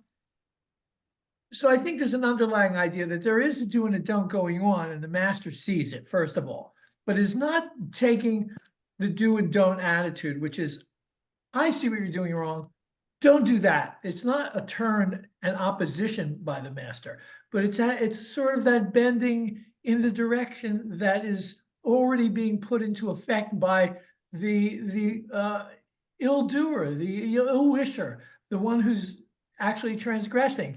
By allowing that person to act, the master is not denying what they're doing, but displays the trust, the positive value of the truth, and allows the unfolding and the unraveling of the wrong path that is being chosen. That's the lesson. And it's not a lesson you learn in the face of a reprimand. It's seeing your own self expressed. So this is a wonderful story for teachers. Here's a way, it's a practical lesson. Here's how to show people the results are concrete because they learn by watching things unfold of their own doing, and no one's denying it. It's happening. So the master is actually untying the knot that this person's creating by not acting against it. So this is a wonderful teaching practice to me. That's all. Thank you. Thank you, David. Next up is Kwan. Kwan, go ahead. Okay, so I would like first to say something quite fast concerning 49, and the rest of my comment will be a mix of 48 and 49 because I think that those two stanzas are very close. Okay, so a very small stuff about 49 that I said that Confucianism and Taoism can be perceived as twin brothers, but I think that the better metaphor is that Confucianism is the father of Chinese civilization and Taoism is the mother of Chinese civilization, philosophically speaking. Okay, if I want to use a metaphor for Chinese culture using a tree, the roots of the tree would be the Chinese characters and the hexagram. Okay, because once again, the hexagram is truly the awesome and outstanding and ultimate graphic representation for me for the teaching about the epistemological journey or teaching of the growth of the mind, of the different layers of the mind.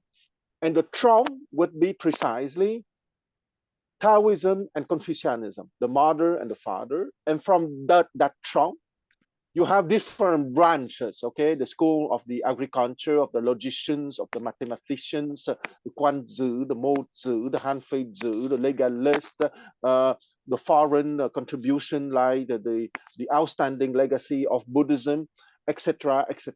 Okay, those would be the major branches contributing or being part of Chinese culture, but which the roots are the hexagram and the trunk, Taoism and Confucianism. And the fact that in the stanza 49, the sage would love the same, the good doers and the bad doers. That's perfectly the image of the love of a mother. Okay, that's unconditional. And I think that the love of a father is not unconditional. The love of a father, at least a traditional father, is conditional on your performance and your success in society. And I think it's why it is healthy for a child to receive those two different kinds of love, as within Chinese civilization, the Chinese uh, receive the lessons of a mother, Taoism, and also receive the lesson of a father, which love is not unconditional, because in Confucianism, the steps of your development are very clear, and you have to perform. If you don't perform, you are judged as being inferior or did not do well. Okay, that's the love, the conditional love of a father. That's been for 49. And I go back to my image of the diamond. The diamond, the discovery of the diamond is precisely the self-confidence. Okay, and I want to use a play of words here. The self can be written with small characters, or the self can be written with capitals. If you don't have the diamond from an early age, okay, once again, ideally at 2, 3 years old, you will try to build yourself by being successful in the inferior learning. Okay, you will be competitive, you will want to win over the others, etc., because you will build your self-confidence by victories in the inferior trigram, precisely in the lower trigram. And I think that all the woes of our society and all the woes of all societies on our planet is because people are too competitive, because they need those victories on the time dimension to build their self-confidence, because they did not discover the diamond, which is the self-confidence with capitals that has been already granted. And so if the children are taught in a way that they would have that self-confidence, that diamond from early childhood, they would not want to be so competitive. They wouldn't be competitive just for fun, but it would not be a disaster if they lose, because they already have their self-confidence. They already have their diamond. And just 30 seconds for the fact that I absolutely love bosom too. But I would say that if I go back to my catchphrase of the hexagram and each layer being a step of the mind development, the third development, which is sin, is, I think that heart is marvelous as a translation for sin. Okay, it's about the emotions, about emotional intelligence. Okay, because once again, the first layer of the mind is the sense of perception, in Chinese qi. Okay, the material dimension of the sense perception, the material dynamism. And mind two is the intellect. In Chinese, it's chu, is about knowledge. And mind three is sin. And so mind two is conceptual intellect. Mind one is sensorial intelligence. Mind two is conceptual intelligence. And mind three is emotional intelligence. So the translating sin by the heart is not bad at all, even if I love a bosom. And my four would be the soul, my five would be the cosmos, and my six with the self with the capitals, precisely, the diamond. But the diamond is 4, 5, 6 with different characteristics of truth, beauty, and goodness. I stop here. Wonderful. Kwan, this is wonderful. I really like your analogy of the hexagrams, the characters in the hexagrams being the root. And then you have these two, father and mother. I've always found it really interesting that, we studied Tao Te Ching, Bhagavad Gita, and the Bible. See, Bhagavad Gita as a unit has served as a base for the Indian culture. Bible as the scriptures have served as a base for the whole. But Taoism has always been paired with Confucianism in the Chinese culture. So it has always, they have existed together. So I think it's a very good way of thinking about it, the mother and father, and the hexagrams as being the base. So wonderful. Thank you. And then I also like the idea of child. It's like there are multiple things that come out of that. Thank you. So what we're going to do is we're going to go with Nick, Yulia, Peichi, and Rupali. Nick, go ahead.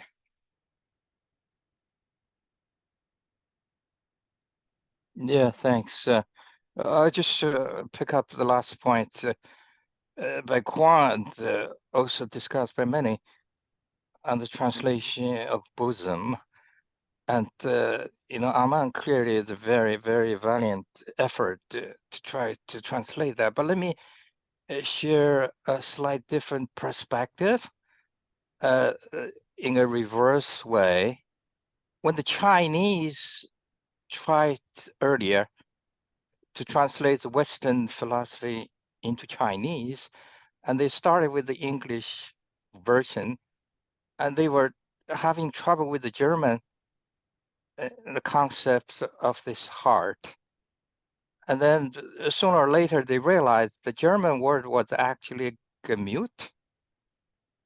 And then they became so relieved because there is the natural mapping of that to the Chinese heart, which is not the physical organ of the heart, but the very, very, fili-touchy correspondence of the German Gemüt, which means much more the emotional, the very bit like the Greek Suki concept. So then all the problem got resolved in that sense.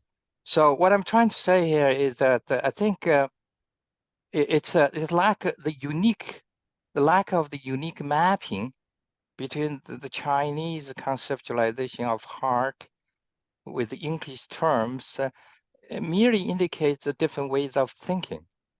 And so it would be difficult to try to capture that thinking, for example, here in verse 49, by trying to pinpoint a unique English term to try to capture that.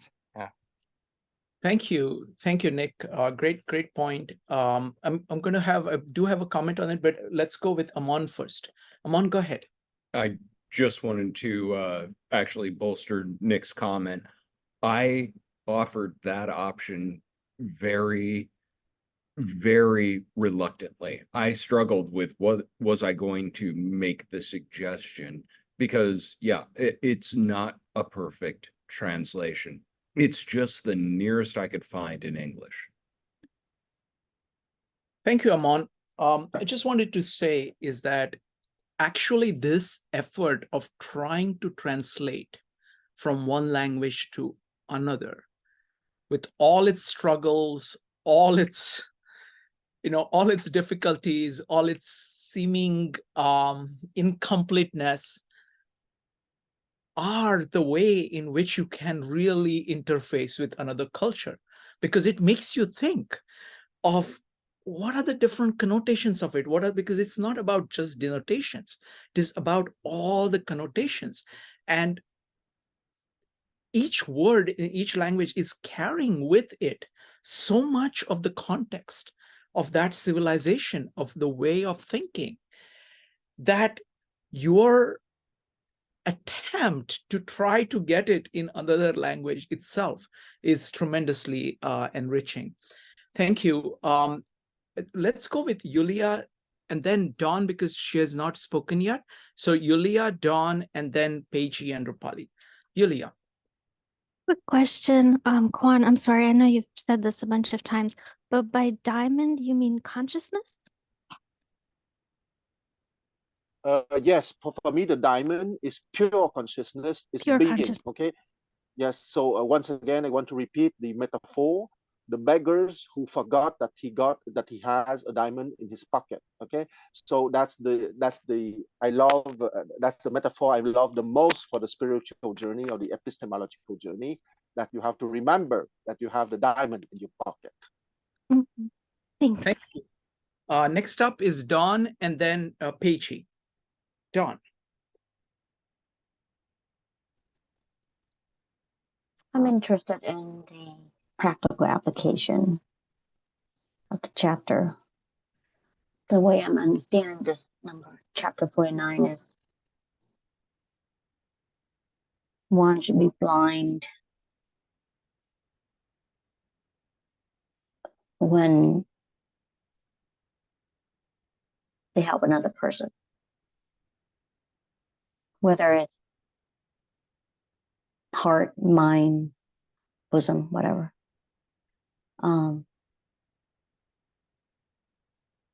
What I want to know is, and the reason why I attend a lot of this philosophy meetups is to learning from others how they applied the chapter to everyday's life.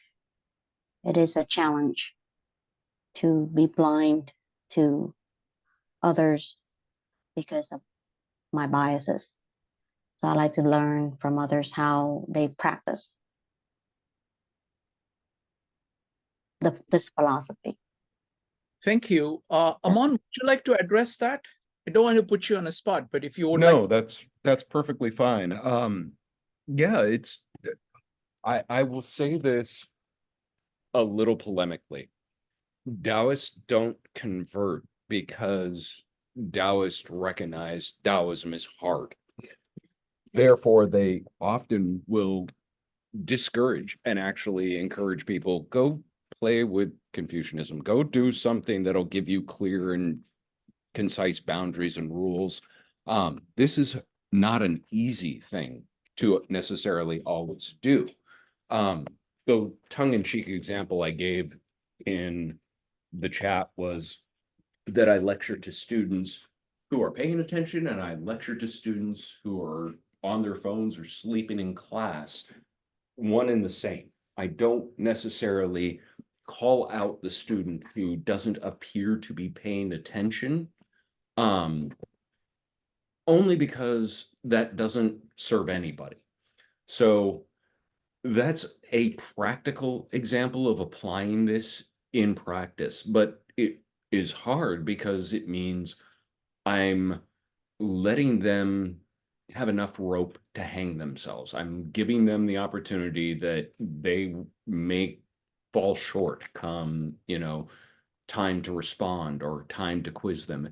That's something I set up from the beginning by telling them, I'll call you out by name. I expect you to have a response. And when you are sitting there dumbstruck, you're going to be embarrassed.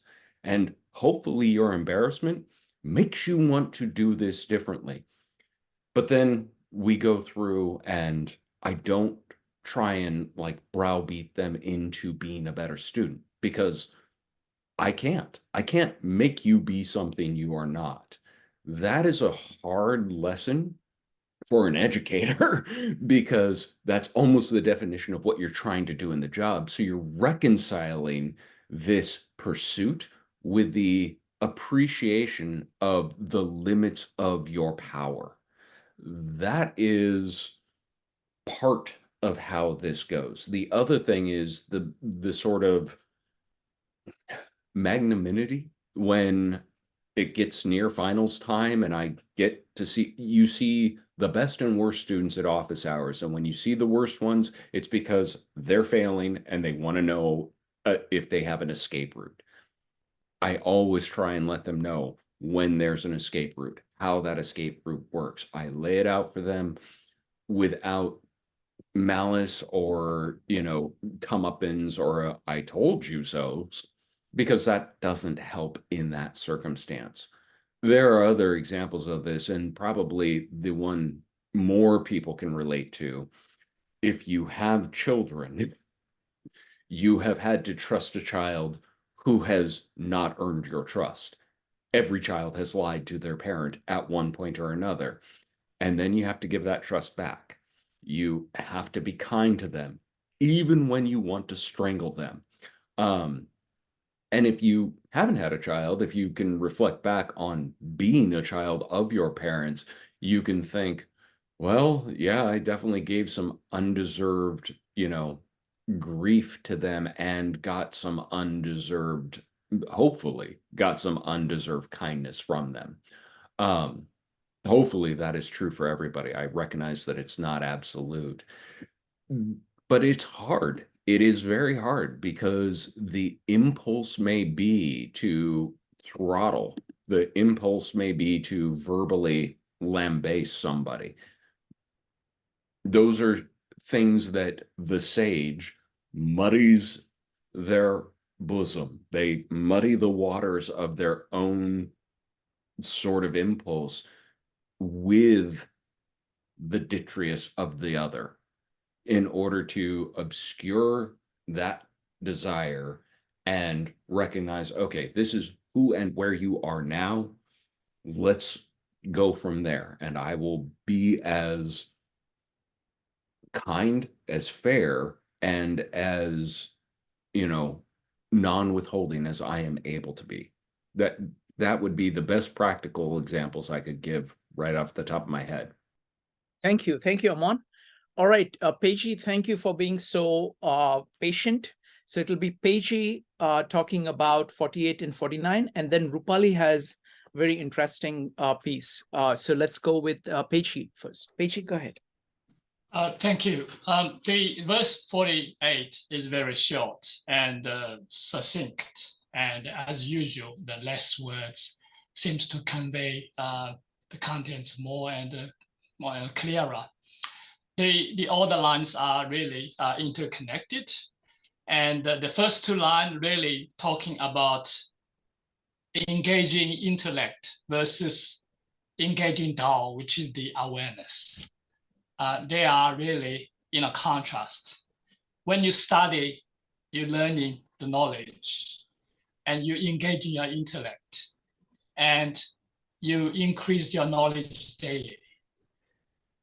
In other sense, you've been conditioned more and more.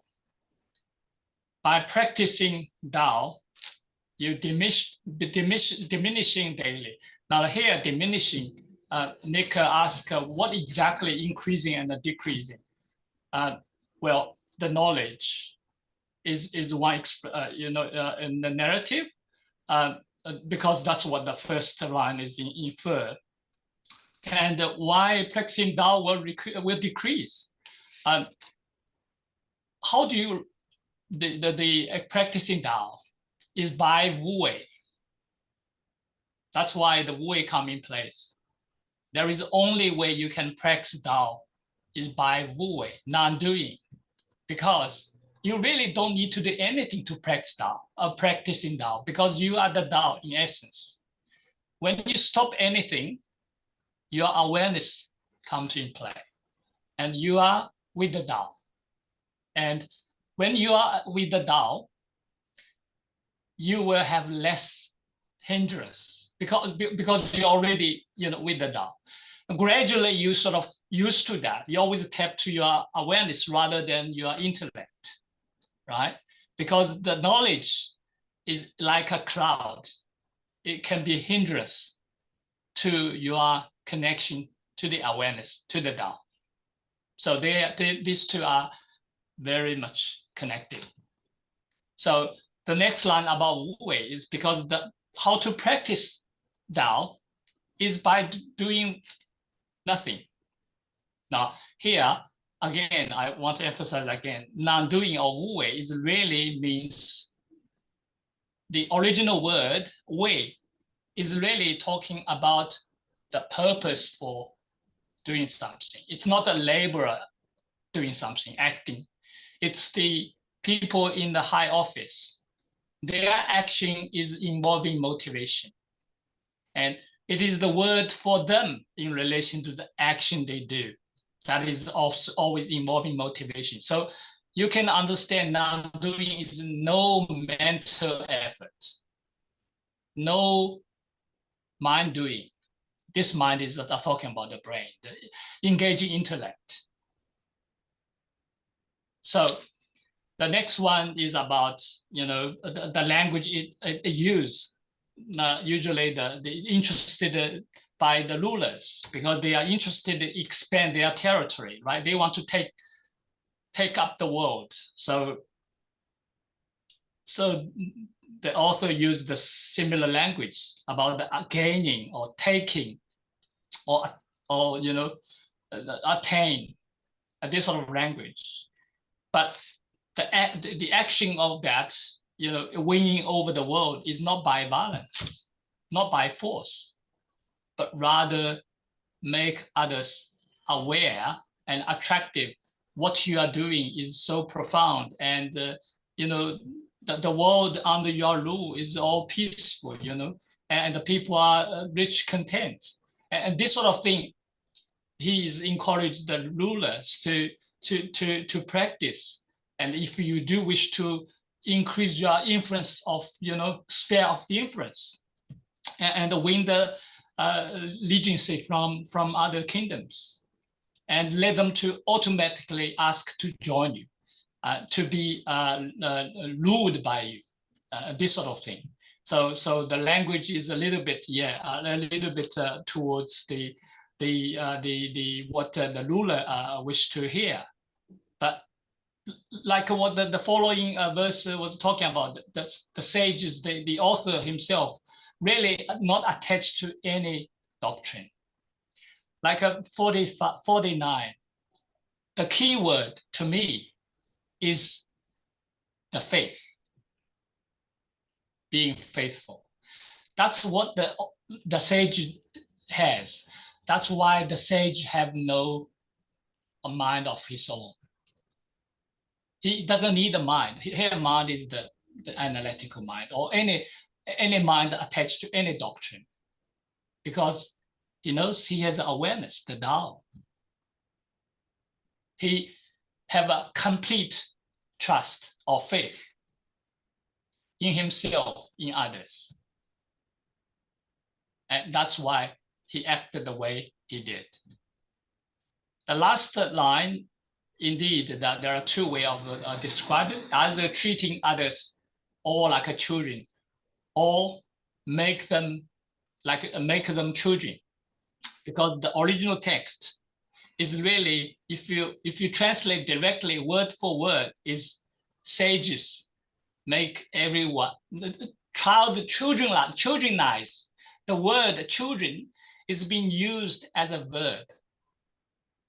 Childrenize all. So think for yourself, what does it mean by childrenize all? Treating others like children, or make them children again? So the subtlety, there is not much different to me, I guess. But the subtlety is that maybe the people are, the previous line is all about the anxious, being focused in their eyes and brains, and the sages will try to make them relaxed and be children again, to make them to listen to their awareness more. So yeah, I'll stop here. Thanks. Thank you, Peiji.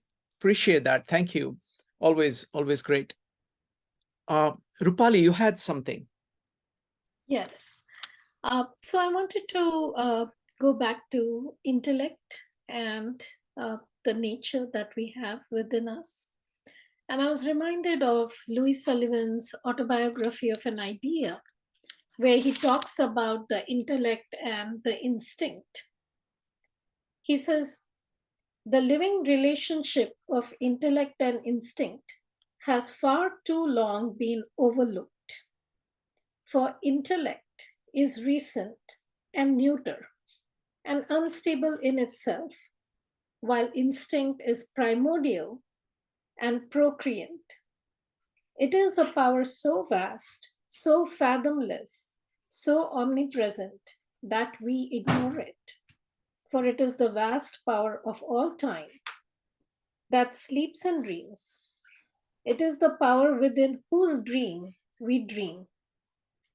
Even as in our practical aspect, our hard-headed, cold-blooded, shrewd, calculating, suspicious caution, we are most obviously dreamers of turbid times, for we have pinned our faith to the intellect, We gaze in lethal adoration upon a reed shaken by the wind. And so he talks about the intellect and the instinct, that you need the instinct to first kind of, that's what we're born with, the instinct. And he says instinct comes first and then comes the intellect. And I think that the verse 48 kind of talks about that. So I thought that was a connection. And then he goes on, I'm going to read from Kindergarten Chats, Louis Sullivan again. And this is about schooling and education. And we're talking about children and the sage making a child of the people who have eyes and ears. Louis Sullivan says, I'm trying to get you out of your school rut where everything was classified and tabulated and tagged for you, and bring you out in a large, fluent conception of the continuity of nature, the indissoluble continuity of all that surrounds you, of all that is within you, of all that is without you, of the world of the spirit and the world of the physical. If you grasp this and the relation of your own faculties to it, that the mind, the heart, the soul have no delineation, no boundary, no barrier, you will have the hint of the universal aspect of the imagination, of its fluency, its quality, its range, its visibility. So while it may say that the imagination in some of its aspects seems superhuman, in others it is most beautifully human. If it implies the power to receive, it also implies the power to give. And I just thought, when Kwan was talking about, the purity of the soul, or before you are taught all the nonsense that the adults have thought about, the children are very much at the level where they're not thinking about it. They're just exploring their world with their senses. And I liked he said the sensorial part of it, or the emotional part. They're going with that instinct. They're not going at it with their intellect. And Louis Sullivan goes on to say that children are imaginative. That is the truest and the most beautiful of all. Let us remain children as we grow old. For I tell you, if you kill the child in a man, you will kill the man in the man. Thank you. Wow, Rupali, that was just wonderful. I think it was just perfect.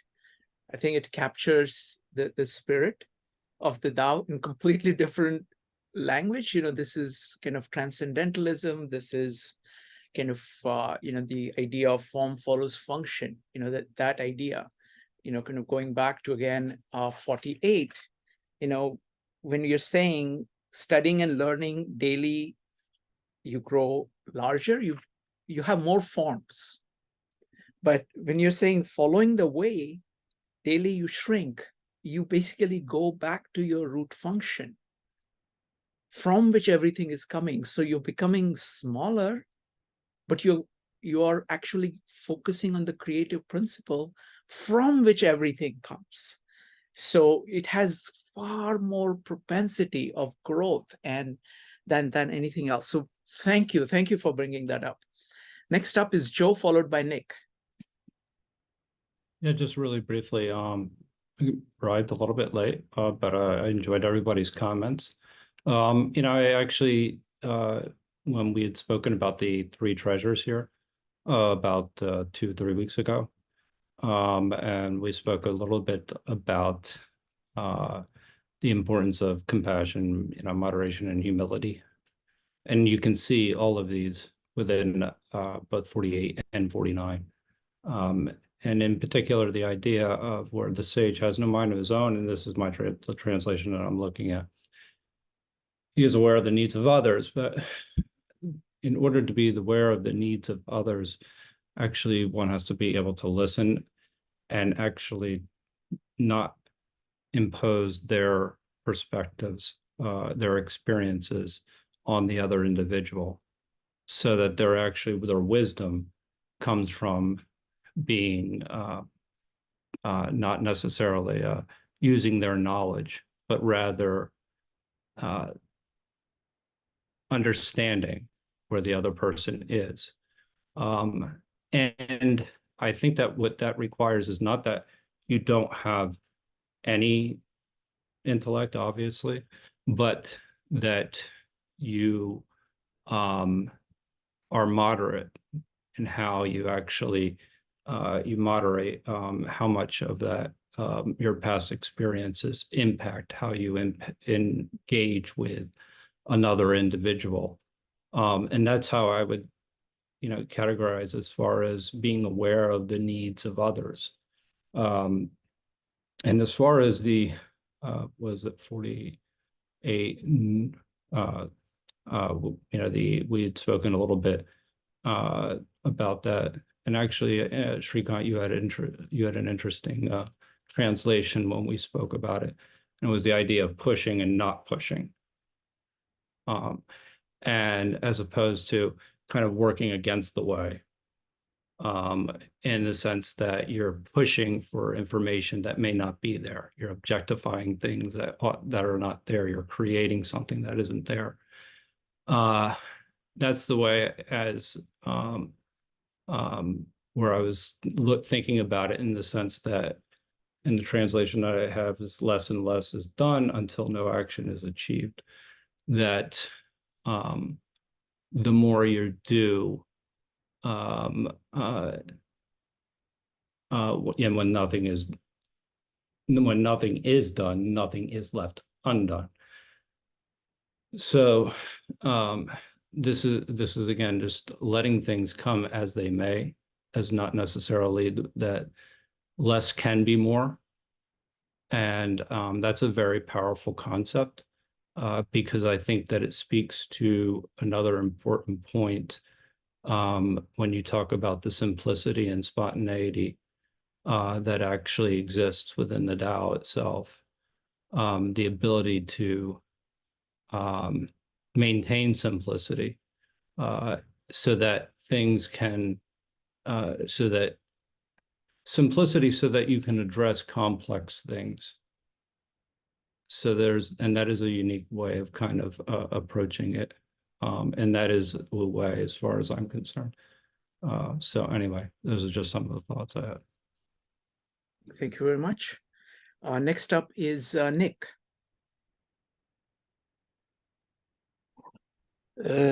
Yes, why don't I pick up Joe's last point instead of making one of mine on 49? I'll make it later if I have the chance. So I just want to share my take on this over the last few meetups. Also, to me, there's a tendency that there might be a sense that Wei is kind of passive attitudes, but the verse 48 actually tells me something very, very different. In the sense that we talked about what is decreasing. Well, we decreasing our knowledge of particulars, but gain access to principles of the universals. But that actually means more work, to be honest. As you lose the knowledge of particulars and gaining greater understanding of the universal principle, that demands much more mental energy and personal experience, etc., in order to reach that stage. So it's not like down the hill, kind of easy walk in the park. No, I don't think so. It's actually much, much more difficult. So the Wu Wei might appear to be something like, wow, just take it easy, but actually it demands a lot of work. So in that sense, I read the message of especially the 48, verse 48, slightly differently. Yeah. Thank you, Nick. Great point about the effort. Thanks. Let's do one thing. Now we are at after 10 o'clock, so I want to talk to Peiji about whatever he wants to talk about. But I also want to ask Peiji if it would be okay to discuss. There is one great point that Kwan brought up, and about the structure of the Chinese philosophy of having the characters and hexagrams at the bottom, at the root, and the Tao and the Confucianism as being mother and father. And I was wondering whether you had any thoughts about that, and then I'm happy to talk about anything else if you would like to comment on it, Peiji. Oh, okay. In relation to this hexagram, I can put this: Tao is absolute, is not dependent on anything else. Therefore, it is everywhere. It's not in any diagram. If you put it in any diagram, then you lost the way. You don't understand the Tao. Tao is something that is prior to the formation of the universe. It is always there. It's the source of everything.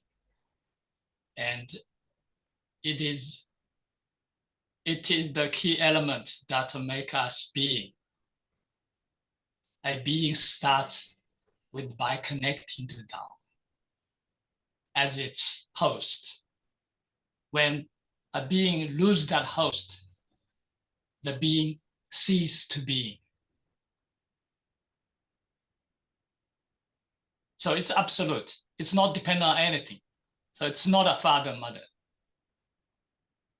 Thank you. But if we look at a little bit further, when the manifestation starts, Tao acting as a mother, there is no father. Here is the one, right? We're referring to one, or Tai Chi. That Tai Chi itself, before the yin yang is come about, it is still absolute, because only one stand alone, still the one. So you can see that is sitting on the boundary. You can consider that is absolute. You can also consider as the beginning of everything. But at that time, you feel there is something, a one thing, a one being, and undivided. There is no divisions. So all the manifestation we see have the divisions. And because of division, they are all relative. Thank you, Peiji. Really appreciate your thoughts on this. So what would you like to talk to us today? I have talked about intellect and the awareness. Tao is the awareness. Now I will focus on intellect. And verse 48 is really about intellect, but it addressed that through the study. So today I want to show you how the author, Lao Tzu, view this intellect. The word intellect, let me share my screen so we can go through each verse that is being mentioned, that the word is being mentioned. And let me share my screen and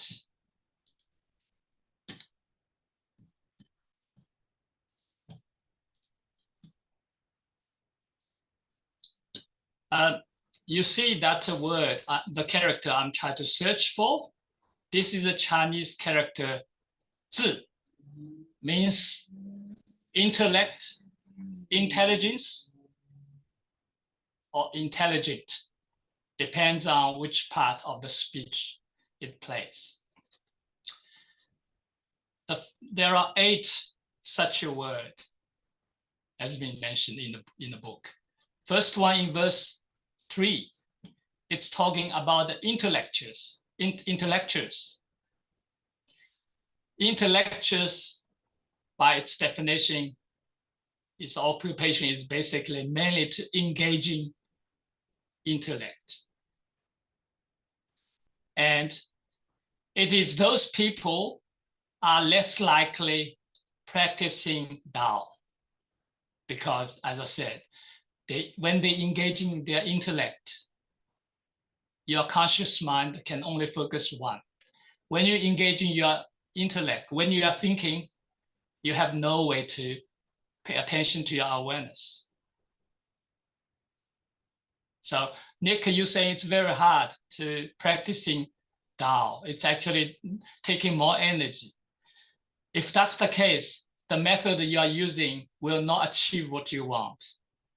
You really should about not doing anything, particularly your mind. I know it's hard. And there are people saying very hard to meditate, very hard to stand still or sitting still, because they feel very hard to stop their mind.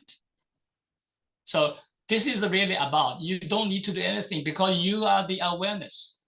You are the Tao in essence.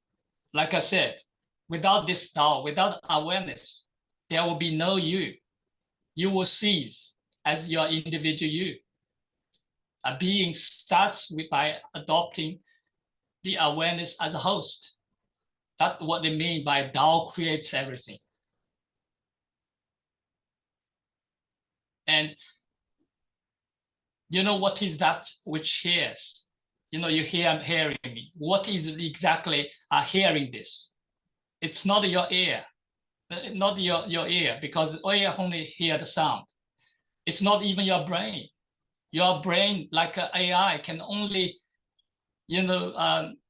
analyze what the sound, what the word is in the sound, but it has no idea about. Maybe it can be trained about which word, what each word means, but the underlying meaning of the sentence can only be understood by your awareness. So your awareness is the really you. Without this, you cease to exist, or you are momentarily in a dream. So here, the verse 3 is talking about by leading intellectuals, they are not to define non-doing, because they also know they are the one wish to engage their mind, try to proposing actions motivated by something. Their action is selective without realizing everything contributes a cause. Everything is interconnected. And when a human selectively doing something, it will neglect things they didn't do.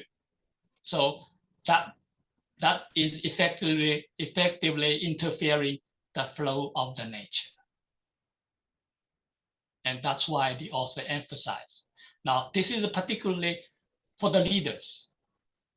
Individuals, you have intellect, you use it because that's the way you fulfill your role in life. We, each individual, have a different role to play. So we are like a God in the flesh. We are simply an actor in this game of life. We've been given a role to play. How well you play your role, it's up to individual. And author does not believe everyone will be enlightened. And there is no need to be everyone to be enlightened. And if everyone acting in the same way, then the universe probably will stand still. So here is the first verse that uses that character. And again, I encourage you to compare with your favorite translation, because some of the translation, they probably were reluctant to translate that word accurately, because thinking about the intellect is something preventing the practicing Tao is something is counterintuitive. And so let's look at the next one.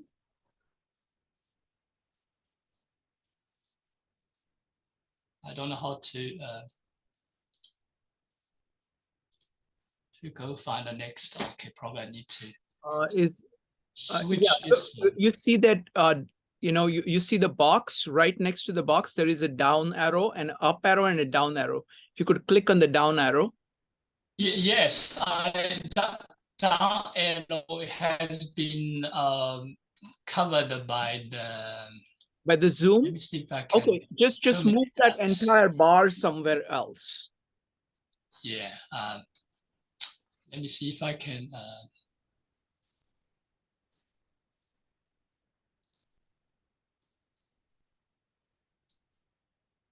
Sorry, guys. No problem. You know.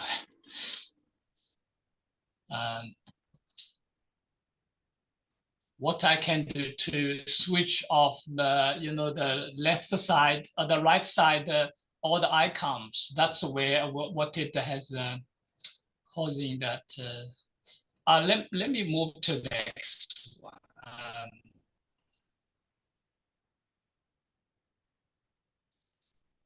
Let me, by moving away, I think I'll be able to search again.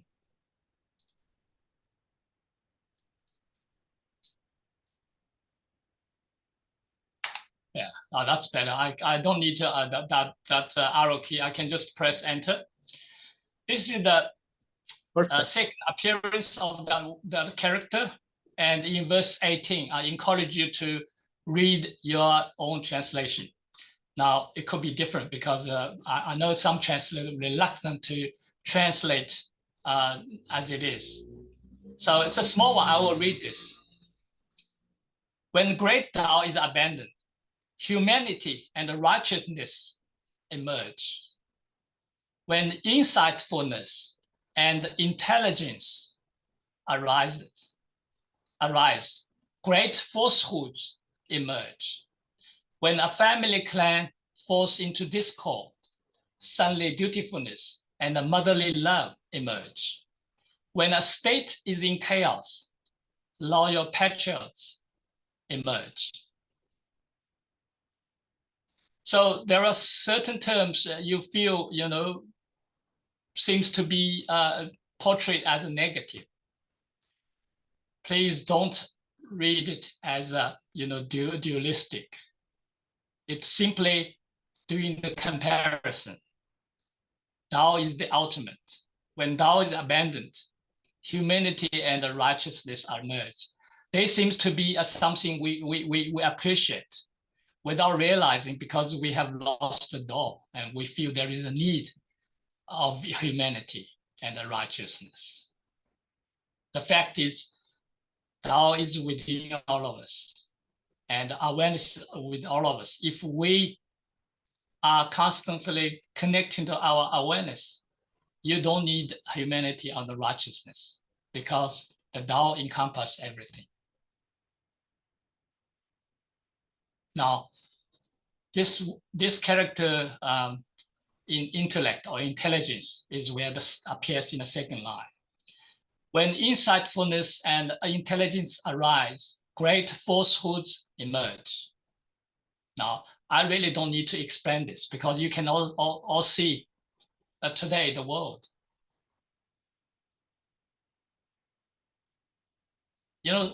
Insightfulness, that sounds good. Some people will translate it as wisdom. Great. And intelligence, it's great. Again, don't be confused with the individual. This is not talking about individual. You should not use intelligence. This is a message for the ruler. As a ruler, their action is for the collectively, for the country or for the group. They should engage the intellect less, minimize. Let individual do what they feel is right. Now, why insightfulness will lead to that? It's all about when you have some sort of insightfulness about the universe, which is aroused by our awareness. And we start to have a desires. We start to wanting to know more. We want to predict, foretell, planning. And that's when you have desire to engage the intellect, because your awareness does not tell you what you want to know. Your awareness only makes you aware what you need to know. So you want to know more than you need to know. So you engage the awareness, the intellect. That's how a human is the way it moves, because they start to appreciate intellect more. They want to predict. And then they realize there is difference between people, and then ego comes to play. So all those are started. Think about the falsehoods. What's likely the falsehoods, coming from? It's usually coming from intelligent people, more likely. Agree? And you look at today, falsehood is everywhere. And particularly in the high end, our government, media, lobbyists. Now it's even in academia, right? It's all about this intelligence. Now we feel we have limited intellect, because engaging intellect, it needs a great amount of energy. Now we invent AI. So this will only accelerate the trend, the trajectory. So here is the second one. And then you look at the next one. Again, they mentioned about intellect. Stop holiness and give up intellect. Citizens will benefit 100-fold. Stop the sense of humanity and give up righteousness. Citizens will return to shunly dutifulness and the motherly love. Stop being clever and give up profiting. Bandits and thieves will be no more. As these three are merely inadequate, more must be added. See things in their original nature. Embrace the original source. Lessen selfishness and curtail desires. So the last three lines is really address the root why we appreciate intelligence, all those things, is selfishness and the desires. And we don't see the things in their original nature. We don't embrace the original source. Everything we do, we like, please our eyes, please our taste, and really look at the substance. Really look at what is good to our stomach. If you go, like young people, like my children, don't want to cook for themselves, and they just go to restaurant. And I see that all the ingredients are highly processed, cheapest ingredients possible.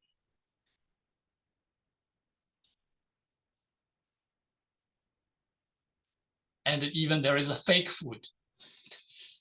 The food that classified as a lamb, probably not really lamb, maybe duck.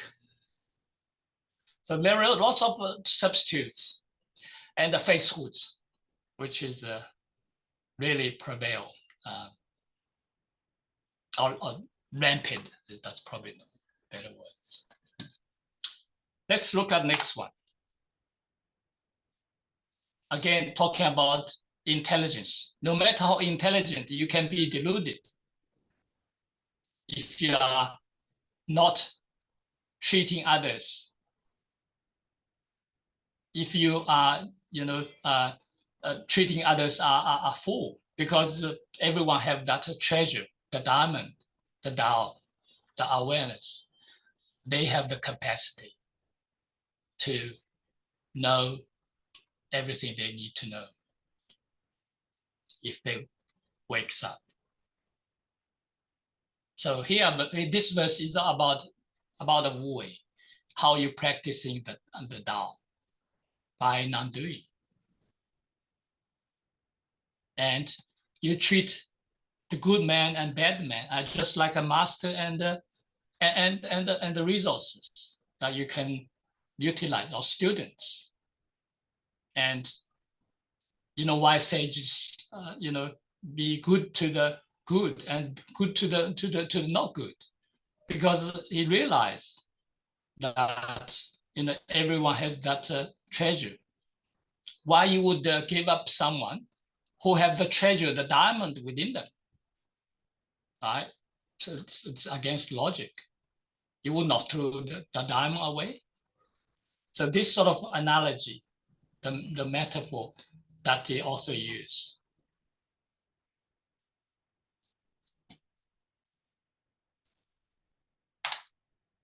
Next one who knows others is intelligent. One who knows oneself is enlightened.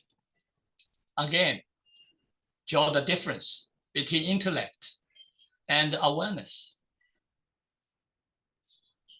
You know others through intelligence, and you know yourself by reflecting, which you have to engage in your awareness,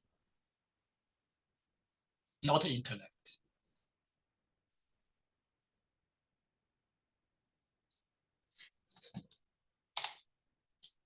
This is the most critical one about intellect. In ancient times, there were wise practitioners of Tao. They didn't seek to enlighten their citizens, but rather let them be ignorant of their intellect. The difficulty of governing a citizen or challenge is when they are too intelligent. You probably don't like that thinking, because you don't want to be fooled. But look at from the leader's point of view. Isn't that true? People is very hard to govern. When you set an example, try to smart on them, right? To play smart on them, then they have the capacity to be smart and against you. That's why, therefore, to use intellect to govern a country is to plunder it, to ruin the country. And to refrain from using intellect is to govern, is to bring prosperity. So the author is take that very serious, emphasize again, you should know the difference between the two, and you should know which is the right model to govern. And when you choose the right model to govern, your de is like a majestic de, mystic de is like the term like a puti in the Buddhism teaching. You basically your awareness and your resident soul are in one. The highest de you can have. One with the highest de is the one who is most have a complete faith in himself, in others, or in herself. Yeah. And by doing that, you will get everything in harmony. So that's the last line. You will turn things around and lead all the way towards great harmony. Look at each country, whether it's the socialist country or the capitalist country, they're not in great harmony, right? Probably the island country is close to that. The country that considered a primitive, undeveloped, uncivilized, probably more close to that. The Native American community probably are close to that. So this verse have the three, so we have to go through all the verses that have that character intellect in it. So I just want to share that, and I'll stop here. Wonderful. Thank you, Peiji. Peiji, what I would like to do is that you made a very large point here, okay? And I want to hear everybody else's comments. So let everybody comment. And then once everybody has commented, you can respond to everybody. You can keep track of everything that people are saying, and you'll have plenty of time to respond. But I want people to be able to comment on it because it's a very fundamental point. You know, I also have comments, but I'm going to start with David, Kwan, and then me. David, go ahead. Right. Well, a couple things struck me, and I'm not sure even so how to read parts of the text. So in number 3, it was sort of sounding intellectual, anti-intellectual for the society overall. And the last one also. The first 3 lines there sort of suggested in the old days, we didn't educate. You know, the way of leading was not, and then the next couple lines show how using intellect to control can be negative. It's a matter of plundering, in fact. But why in the first 3 verses were we given that history? Because it sounded like don't enlighten the people. My translation used enlightenment there. They didn't encourage them to be enlightened. So you would think if you were encouraging enlightenment, people would be tending more to respect the Tao and the interdependence and the wisdom of the leader who doesn't have to lead by intellect alone. So I see this as all saying, although stressing the downside of intellect. Intellect's a two-sided thing. It's not a one-sided thing. Here are some of the negative sides of it. I think we know you need to be educated and learn to be a good leader. You need some good learning. But if you're leading by manipulating information and fooling people every way you need to get done what you're getting done, you're probably not leading them for their own good, in their own good. Is that sort of how you're hearing it? Let's do one thing. We'll have him respond to everything because I want everybody, because he's made a very fundamental point. Okay. And we'll keep this as a question. If we don't get to it, please ask this question again. Hit exclamation mark. Okay. Thank you. Okay. Right. So it was just a question of sometimes the word intellect here, we wouldn't use that in English to describe what's being done. We call it cunning and wily deception because you're smart enough to do that. Not really what intellect is. Yes, you do need intellect to do that, but putting that on the intellect as a perversion, that's not the way we would usually use that word in English. So I'm saying there's a two-sidedness to intellect. And is that what they're showing us? That's what the point is here. Okay, yeah, thank you. Thank you, David. Next up is Kwan, followed by Shrikant. Kwan. Okay, I will try to be very synthetic, okay, because I agree with Shrikant that here is one of the major contention by Taoism, but okay, I try to be very principle-based rather than take practical examples. If Tao is all-encompassing, and I think that is the basic teaching of the Tao, intellect is part of the whole reality. And that's true that intellect has a very bad proclivity to take the upper hand if there is nothing there to supervise the intellect. So maybe it's the wording, maybe it's the translation, maybe there are better way to express it. And I try to say it in a very respectful manner. And please believe me, I want to be respectful. The natives are not an example. Okay, they are downtrodden people, crushed by the colonial West, and they almost disappear. I don't think that it's an example to offer to the world. Maybe they have been ecstatic during their life before the West arrived. I'm not against that. But once again, please believe me, I want to be respectful. Those people were at the prehistorical development either of Paleolithic culture or Neolithic culture. I much prefer the glory of Western civilization and the glory of Indian civilization and the glory of Chinese civilization. Even if they were not perfect, they have done bad things. Of course, the Chinese, the Indians, the Westerners, all of them have done bad things. But I think that it's much better to develop the intellect, but at the same time be sensible to the fact that we also have to go to being.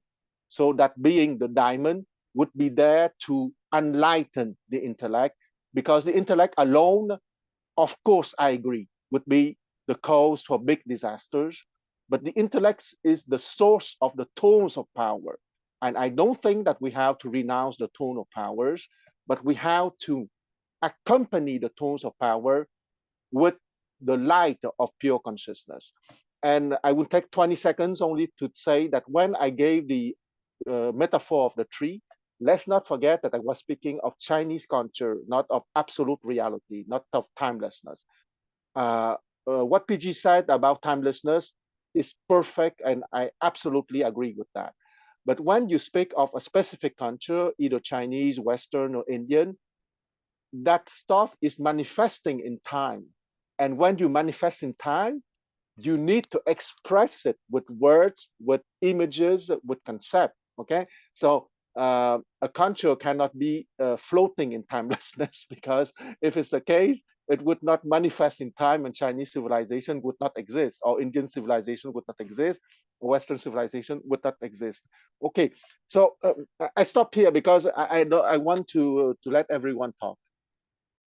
Thank you, Kwan. I also want to kind of, because what we're trying to do here is that we're trying to be very honest, and we're trying to really listen to what everybody's saying and try to respond at a very deep level. The thing I really like about everything that Peishi does is that he has this concept of awareness, which is actually really, really important.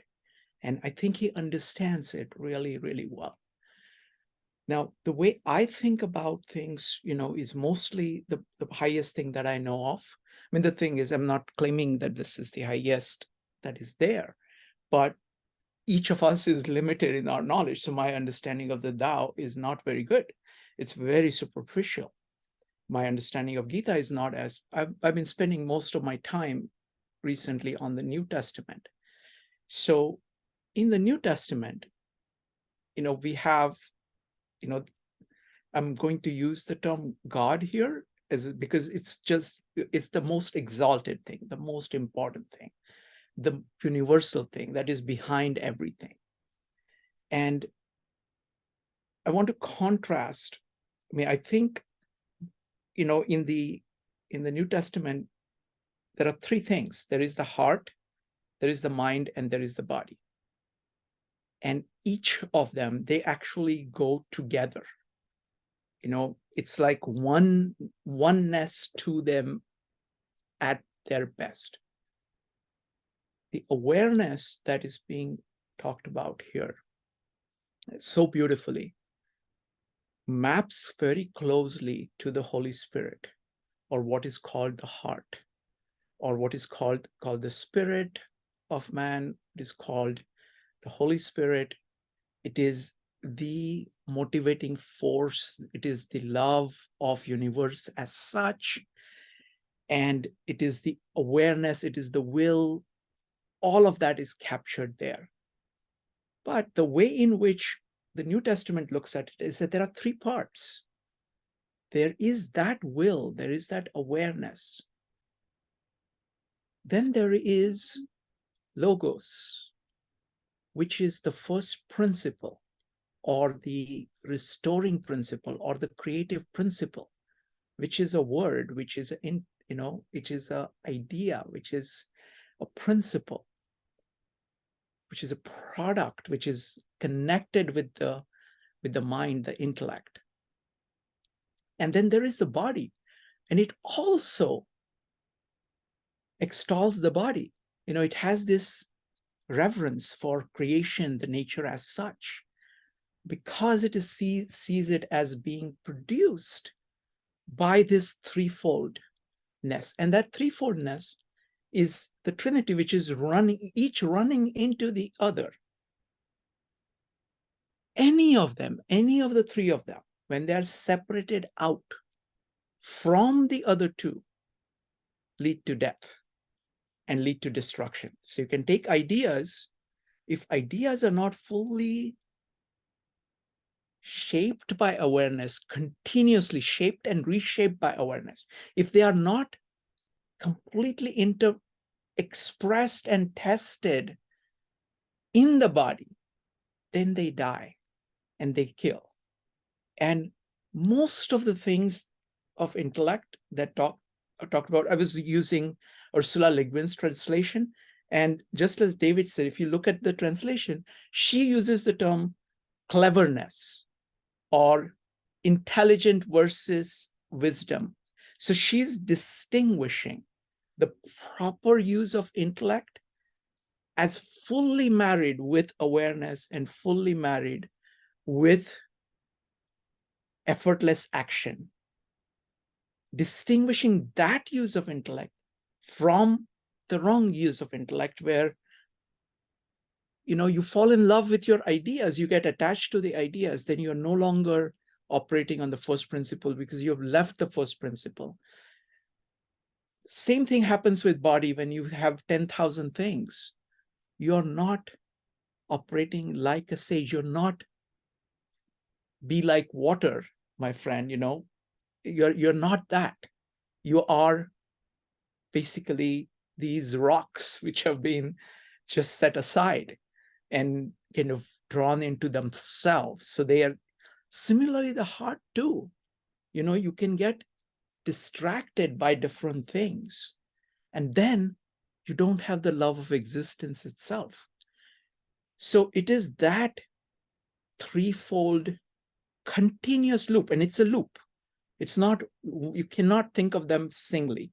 It is a loop that runs through all three. And that loop, the integrity of that loop, that is the love of the mind for the heart for the mind, the heart for the body for the mind, body to the mind and mind to the body, going back and forth, back and forth, back and forth continuously in a living flow. That is the ideal that is being presented in the New Testament. And in that, of course, intellect can go wrong, just like the body can go wrong, just like the heart can go wrong. But that is when it separates itself from this life-giving loop.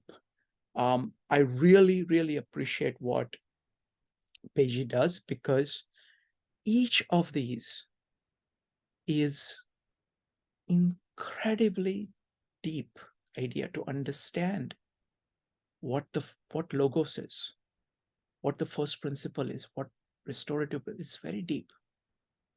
What does it mean to bring heaven on earth? What kind of thing do you need to do in real life to do that happen? So that's what the idea of the body or theosis is. Or what is the pure operation of the Holy Spirit, which is what I hear Peiji talking about as when he talks about awareness. Each of them, the more we understand them, we enrich our lives. All right. So next up is going to be Joe, followed by Nick. Actually, Nick can go first. I'll go. Nick, followed by Joe. Oh, thanks. Maybe should we hear Piggy's response? Or what we are doing is that we're doing a certain format. I want people to give a feedback on all the thoughts that they had as a result of Peiji's presentation, and then Peiji will have as much time as he wants after everybody has put their thoughts on the table. Okay, so I'll share a thought, but Piggy, I want to ask you just a follow-up question, just to clarify. So after your keyword search through the text found 8 references to this word intellect and gone through the details of it, what is takeaway? What would you be So your very good. So let him answer that after everybody's comments, okay? Okay, so I'll just speculate the takeaway. And here is, I think, for me, the fundamental question, which is also piggyback on what you three kind have just talked about, the church doctrine, yeah, in the Western Hebrew Judea Christian tradition. The church fathers somehow they worked out the solutions. They say, well, look, faith and the intellect, they are compatible, right? You need both. So that was the fundamental teaching, one of it, yeah. But here, if we hear all the criticism that the Tao Te Ching has against those cunning little wisdom learnings, all that stuff, are we interpreting Tao Te Ching as saying that intellect is incompatible with accessing Tao? Meaning, it's insufficient to rely on intellect to access Tao, that's clear. But even you don't want to rely on intellect to access Tao, because if you do rely on intellect, you are far away from Tao. Is that the message? Thank you, Nick. We'll go with Joe, and then it'll be Peiji. Joe, go ahead. Yeah, I mean, so mine is similar in line with a kind of like, I guess Nick and David actually brought up something similar with this idea of, is it completely is awareness or true awareness totally in conflict with our intellect? And one of the things that I had brought up last time was this idea of how intellect and solitude was kind of brought up, and how the pure awareness is within solitude, is what Peiji said. And I'm just trying to understand that in conjunction with, say, number 17, where there's an element of leadership, but you're leading with what? Like, you're leading with some degree of the intellect. So you are following the Tao, you're just not imposing your will on something else. But the other part is that, and I really would have liked to have gotten this answer last time, is that can there be a self without another? Because if you're going to have pure awareness in solitude, can there be the idea of the self without the other? That was the other question that is stemming from last time, but number 17 was more or less this, based off of what you shared this evening. Like, how do you reconcile like leading with using the intellect, I'm assuming, to some degree? And I guess it's Nick's question as well. Are they in contrast with one another? Thank you. Thank you, Joe. Next up is Paul, and then we'll go to Peiji. Paul, go ahead.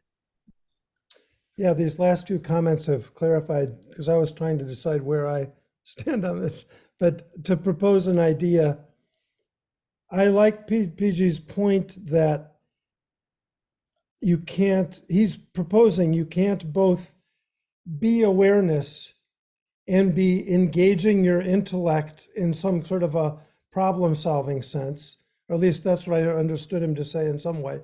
But maybe this idea that we hear in other threads of philosophy and life and religion about you might be solving an equation or doing something highly intellectual, but it's not, quote unquote, you that's doing it. It's being done.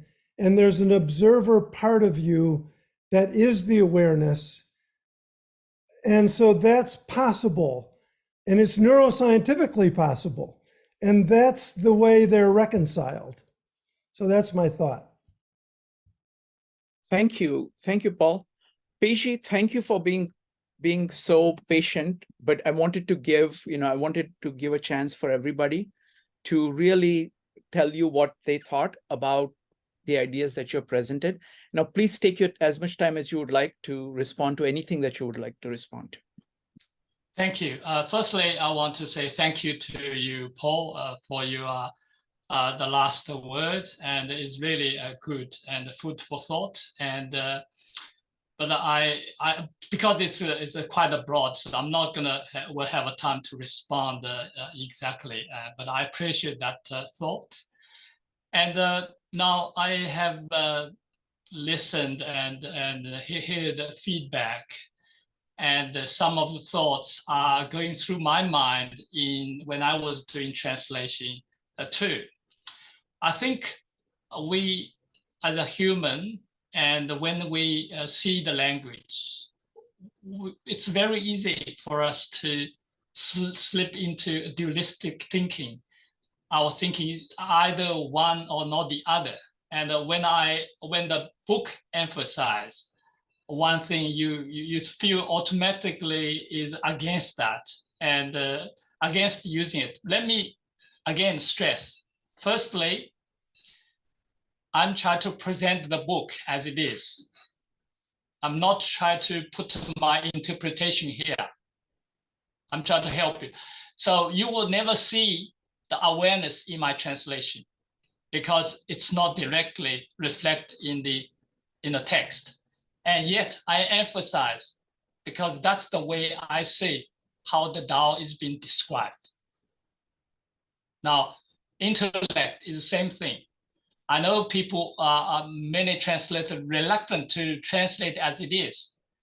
Maybe they considered that you really need to translate according to the context. And under the context, maybe using the cunning or cleverness is better than intellect or intelligence. I have that thought too. I even actually used a similar way, but then I realized I'm not being faithful. Why I deny readers possibility to see for themselves. And besides, the intellect, intelligence have a wider connotation. And something need to be, retained, just like the original Chinese character, 字. That exactly can mean many things, positive or negative. To me, they are neutral. Depends how you use them. Now, again, the book is not for advocating for any individual to follow, particularly to do without. This is a message for the leaders. Because think about, if you use intellect, use intelligence to govern a country, what does that mean? You are restricting individuals to exercise their individuality. That's the consequence, right? So you deny the individuals to use their intellect, their own intellect, because you set so many rules and regulations. That's what it is today. So the message is about for leaders, you should engage less the intellect. You let the individual to exercise what they see to fit. They want to play, how to play their game of life. It's up to individuals. As a ruler, you should not enlighten the individual, not try to do anything to it. Try to seek a benefit to others or harm others. You do nothing because the nature is already had that the mechanism in place.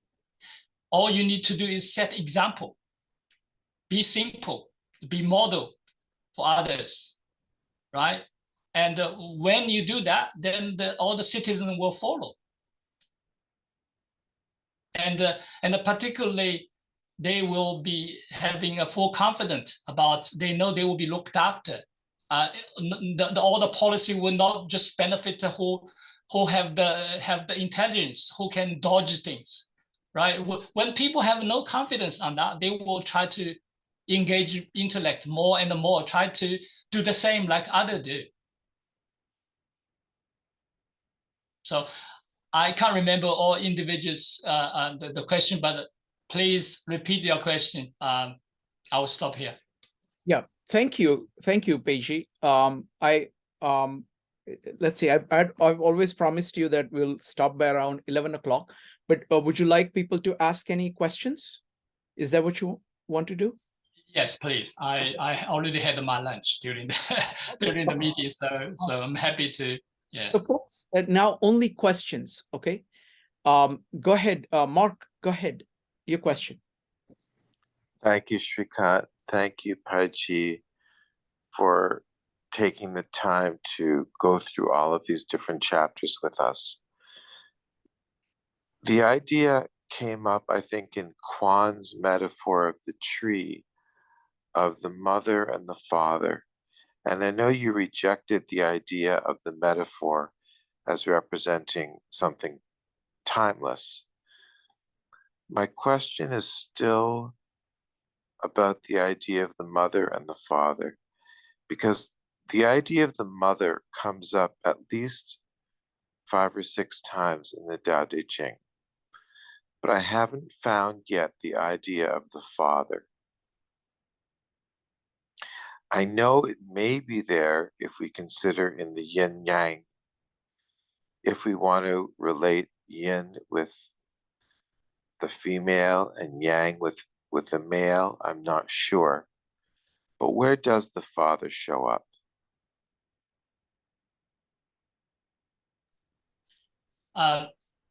I don't know.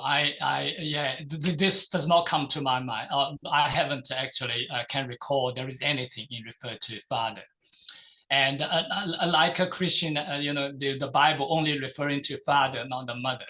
I think the metaphor is the same. It's about the authority figure.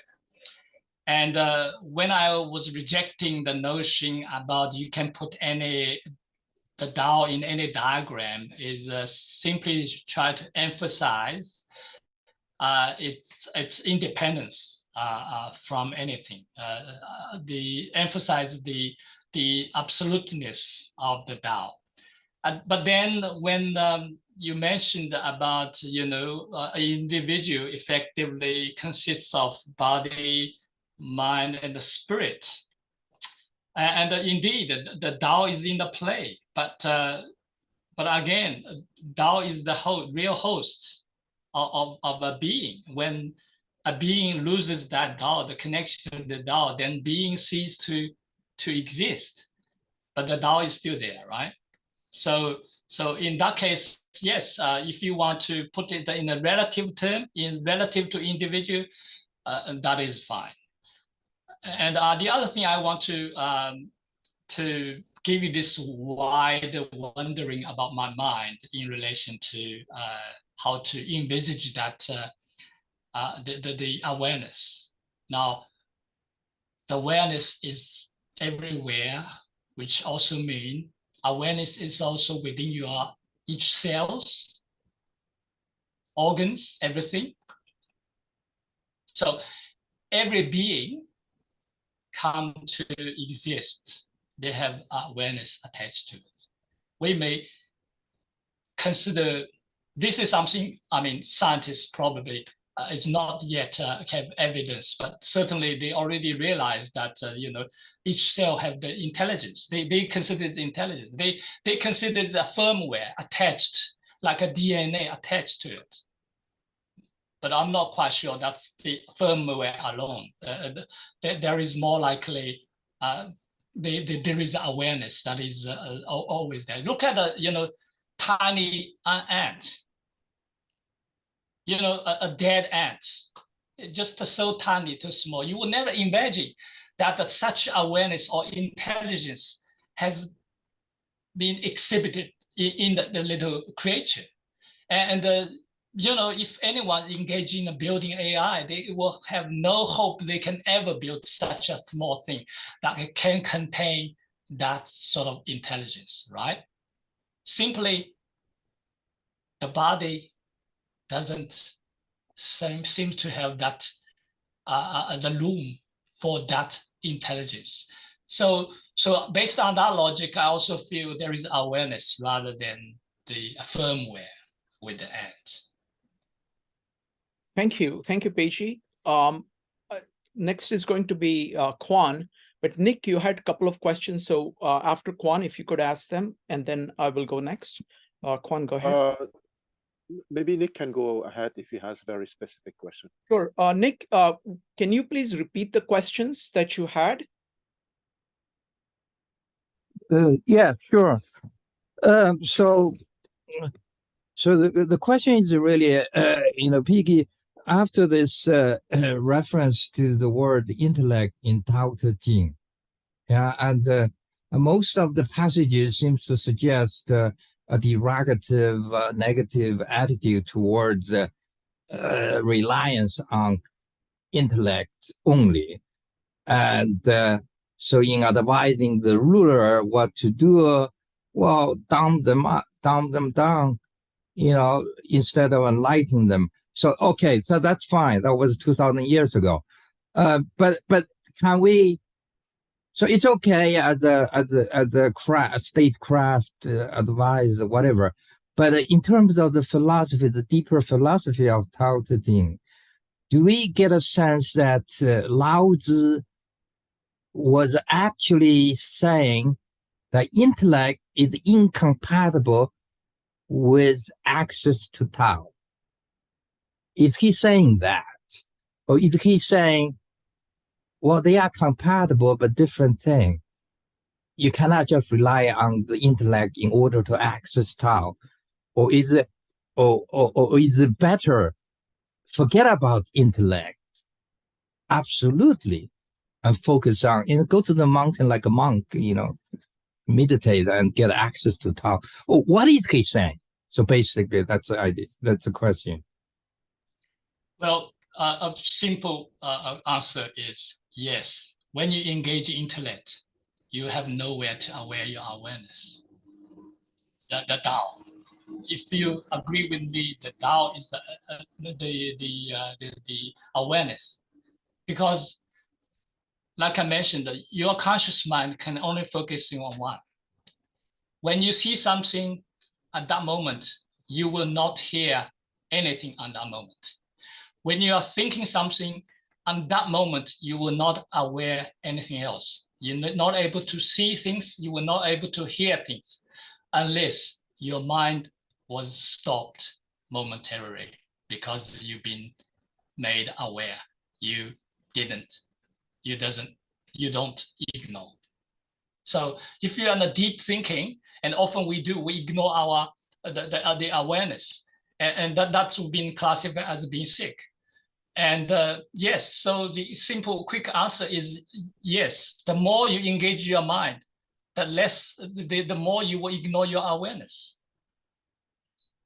And you will prevent you to practice Tao. That's what the Wu Wei is about. Wu Wei is about mindfulness and being present. It's a bit more than mindfulness. You even start when you are all the action you are doing is something based on the Wu Wei. You don't actually try to create action that is unnecessary, not through the motivation. You only do when absolutely you need it through the awareness. But again, don't be confused about that. This is a motto for each of us. This is mainly for the ruler. And there is no way you can expect individual act same as like a sage, because the term sage is a holy man, holy person. It's an ideal figure, and nobody, as long as you have to live your life, you cannot be as such. You will engage your intellect because of the role you've been given. You can't stop this, but be aware. You should always switch back to your awareness. In other words, you should always do reflection. Reflect on what you're thinking, what you're thinking, because you are even when I'm speaking, inevitably, I'm ignoring the awareness. Unless when I'm speaking, I'm also watching you guys, and also constantly have that reflection, when I'm speaking too much, things like that. So always about having reflection, because that's when you will engage your awareness. Thank you, Peji. Next up is going to be Kwan, followed by Shrikant. If anybody else has questions, go ahead and type an exclamation mark. Kwan, go ahead. Feel free to make any comments if you would like. Yeah. Okay. My question is really about awareness versus what is not awareness. Okay, because I think that is the fundamental dance, or what is PG just said is just perfect. And with your permission, I would like to add another metaphor. Okay, it's the image of the Nataraja, okay, the king of the dance, which is Shiva with flames around him. Okay, I think that all of us know that Shiva, the king of the dance, is pure consciousness with the flames around, which is the phenomenal world. And I think that, please believe me, I absolutely, in the sense of what you are saying, PG, but when you say that awareness are in the cells, why would awareness not be capable in the intellect too? Okay, in the sense that the deep association, or the deep interpenetration, or the intimacy, okay, of the famous 3-in-1. Okay, that if I want to be very down to earth, very technical, I would say awareness, thinking, and feeling. Okay, rather than body, heart, and mind, or awareness. So if I use neurobiological words that is used in the 21st century, awareness, thinking, and feeling. And I want to pinpoint my question. Okay, you say the teaching was for rulers. I agree with you. It was 3,000 years ago, 2,500 years ago. But maybe now we can aspire to a civilization where everyone is sovereign, everyone is ruler. And the fact that that kind of teaching, who was the privilege for the rulers in the past, is now offered to everyone, is it not an indication that collectively, civilizationally, we are at a moment when we are capable to think that it is an honorable goal collectively that everyone would be a ruler? I stop. That is my question. Because after all, forgive me, I want to add something. In the Chinese culture, the word for Wang, king, okay, is 3 horizontal line with 1 vertical line. Okay, and that is precisely the famous or the infamous hexagram that I insist too much often. That is the invitation for everyone to be a king. Okay, not necessarily that he would be the king of a kingdom, but he would be a king. He would be a master for himself. Okay, so I stop my question. That's my question. Go ahead, Pechi. Let me answer your first question about why not enlightening people. As a ruler, I guess the language, yeah, again, it's very easy to be read as a dualistic. Remember this: do people need a ruler to enlighten? If you don't enlighten them, they will not be enlightened. It's up to the individual. And also, is the individual need to be enlightened through the doctrine? No. There are people that live like enlightened. Look at all the animals. They maybe not verbalize it. Maybe don't even can tell you what it is, but they just do. Just a being. So I think, yeah, so it's not about that. Not enlightened means try not prevent people to be enlightened. So that's a two different thing. The other one, what was the initial question? I forgot. Did I answer your question, Guan? Yes, my first. What was your first initial question? Yes, I see that you have a quite good memory, because my first question was really, you said awareness is in the cells, right? Why awareness would not be in the intellect too? I recall that. I think it's an excellent question. Indeed, for individuals, and as I said, the intellect is a faculty that's given to you, and you should use it. Here, the book is really emphasized to the rulers, and because he see the ruler overly use them, and in fact, as a ruler, you should not use it. You maybe use it as an individual. When you're living a ruler, living your own individual life, you can use it, but don't use that as governing on a policy, because what you do, you will prevent individual to exercise their freedom. Now, let me go back to the individual. As an individual, yes, you should combine them, because simply not because that you have to use the intellect, because you have the desire to live, to play the role you want, because we've been given individual role. You will not avoid, you cannot overcome your desire. You will want to play that role. So you will engage your intellect, but it will be efficient, prudent. If you don't want to work too hard, too stressed out, to always let your awareness lead the way. You use your intellect to contemplate, to demonstrate to the awareness that I have that need, because I want to go to that path. I want to play that kind of role. And then don't overly rely on the intellect to find the answer, because your intellect have no capacity.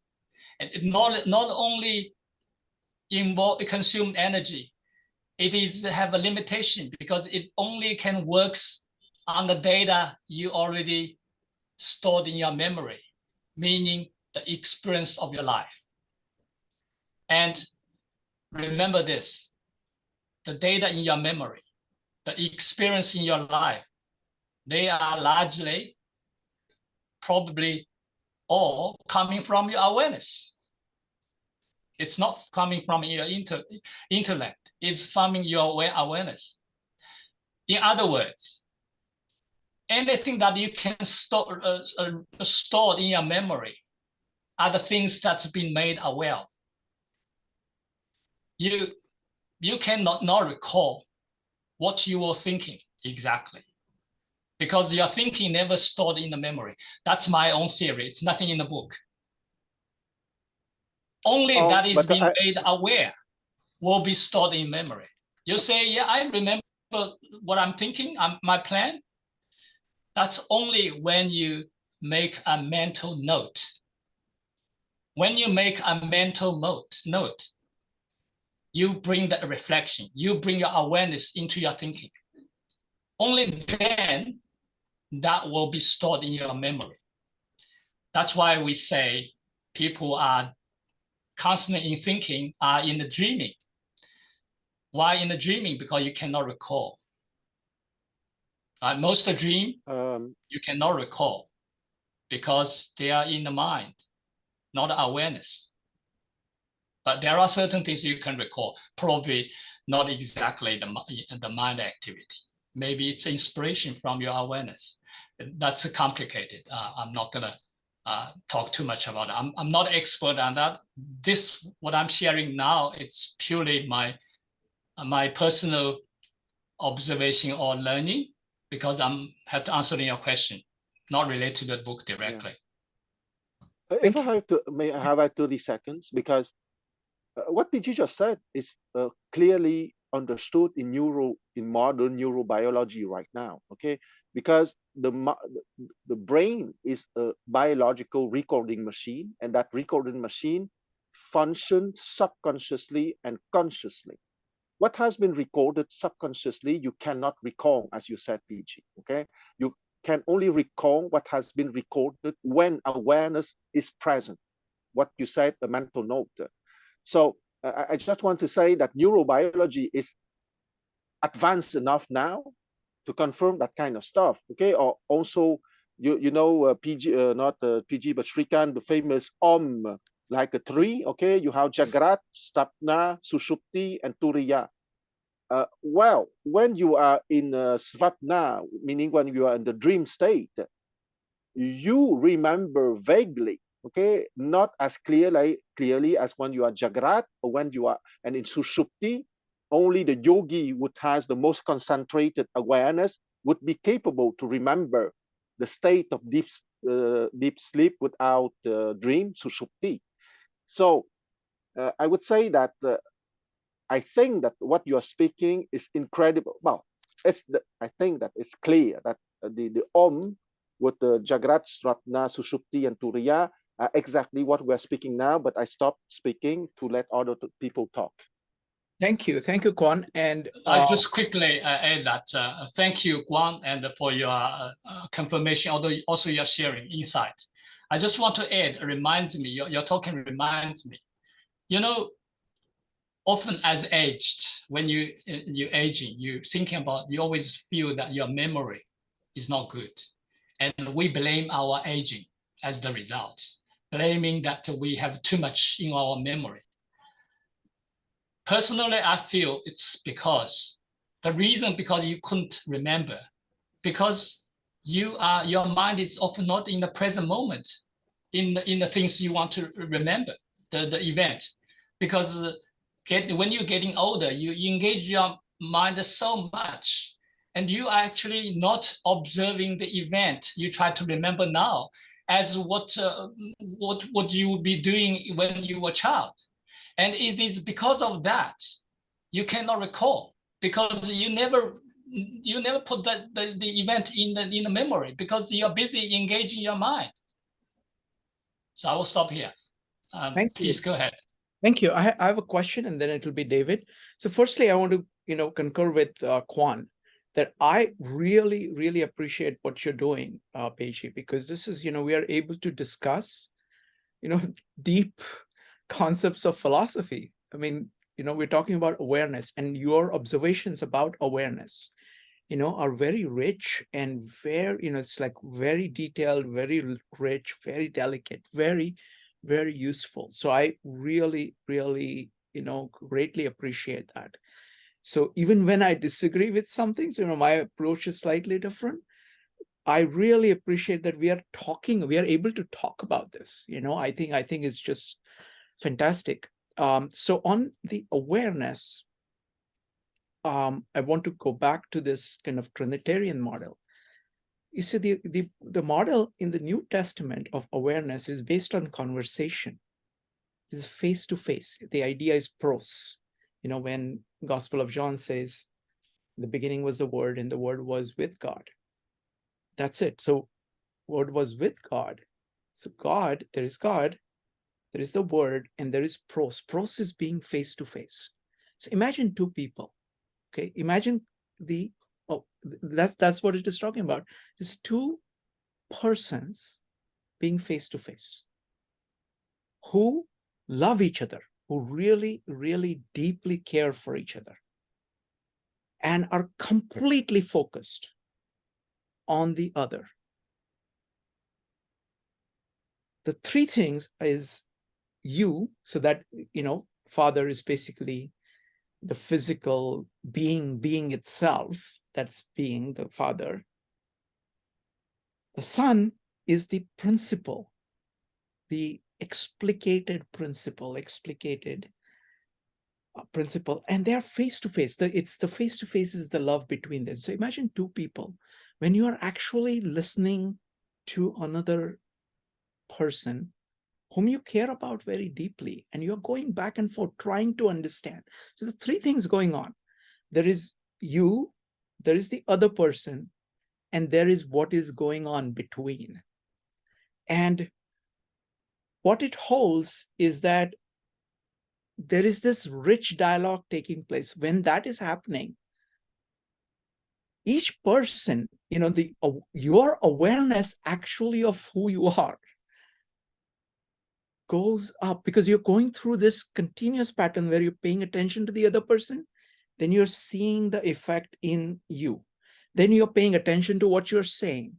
Then you're paying attention to what is being said. Then you're paying attention to the other person. Then you're paying attention to you. And you're doing this a million times, many times a second. And that is the model of awareness, which is the base of the Trinitarian thinking. So that awareness it includes yourself, awareness of yourself. It includes the words of what is going on between you, and it includes the other person, all three together, because you are moving your awareness between these three things continuously. So that's how the Trinitarian approach looks at awareness. I don't know if you have any comments, you're welcome to say.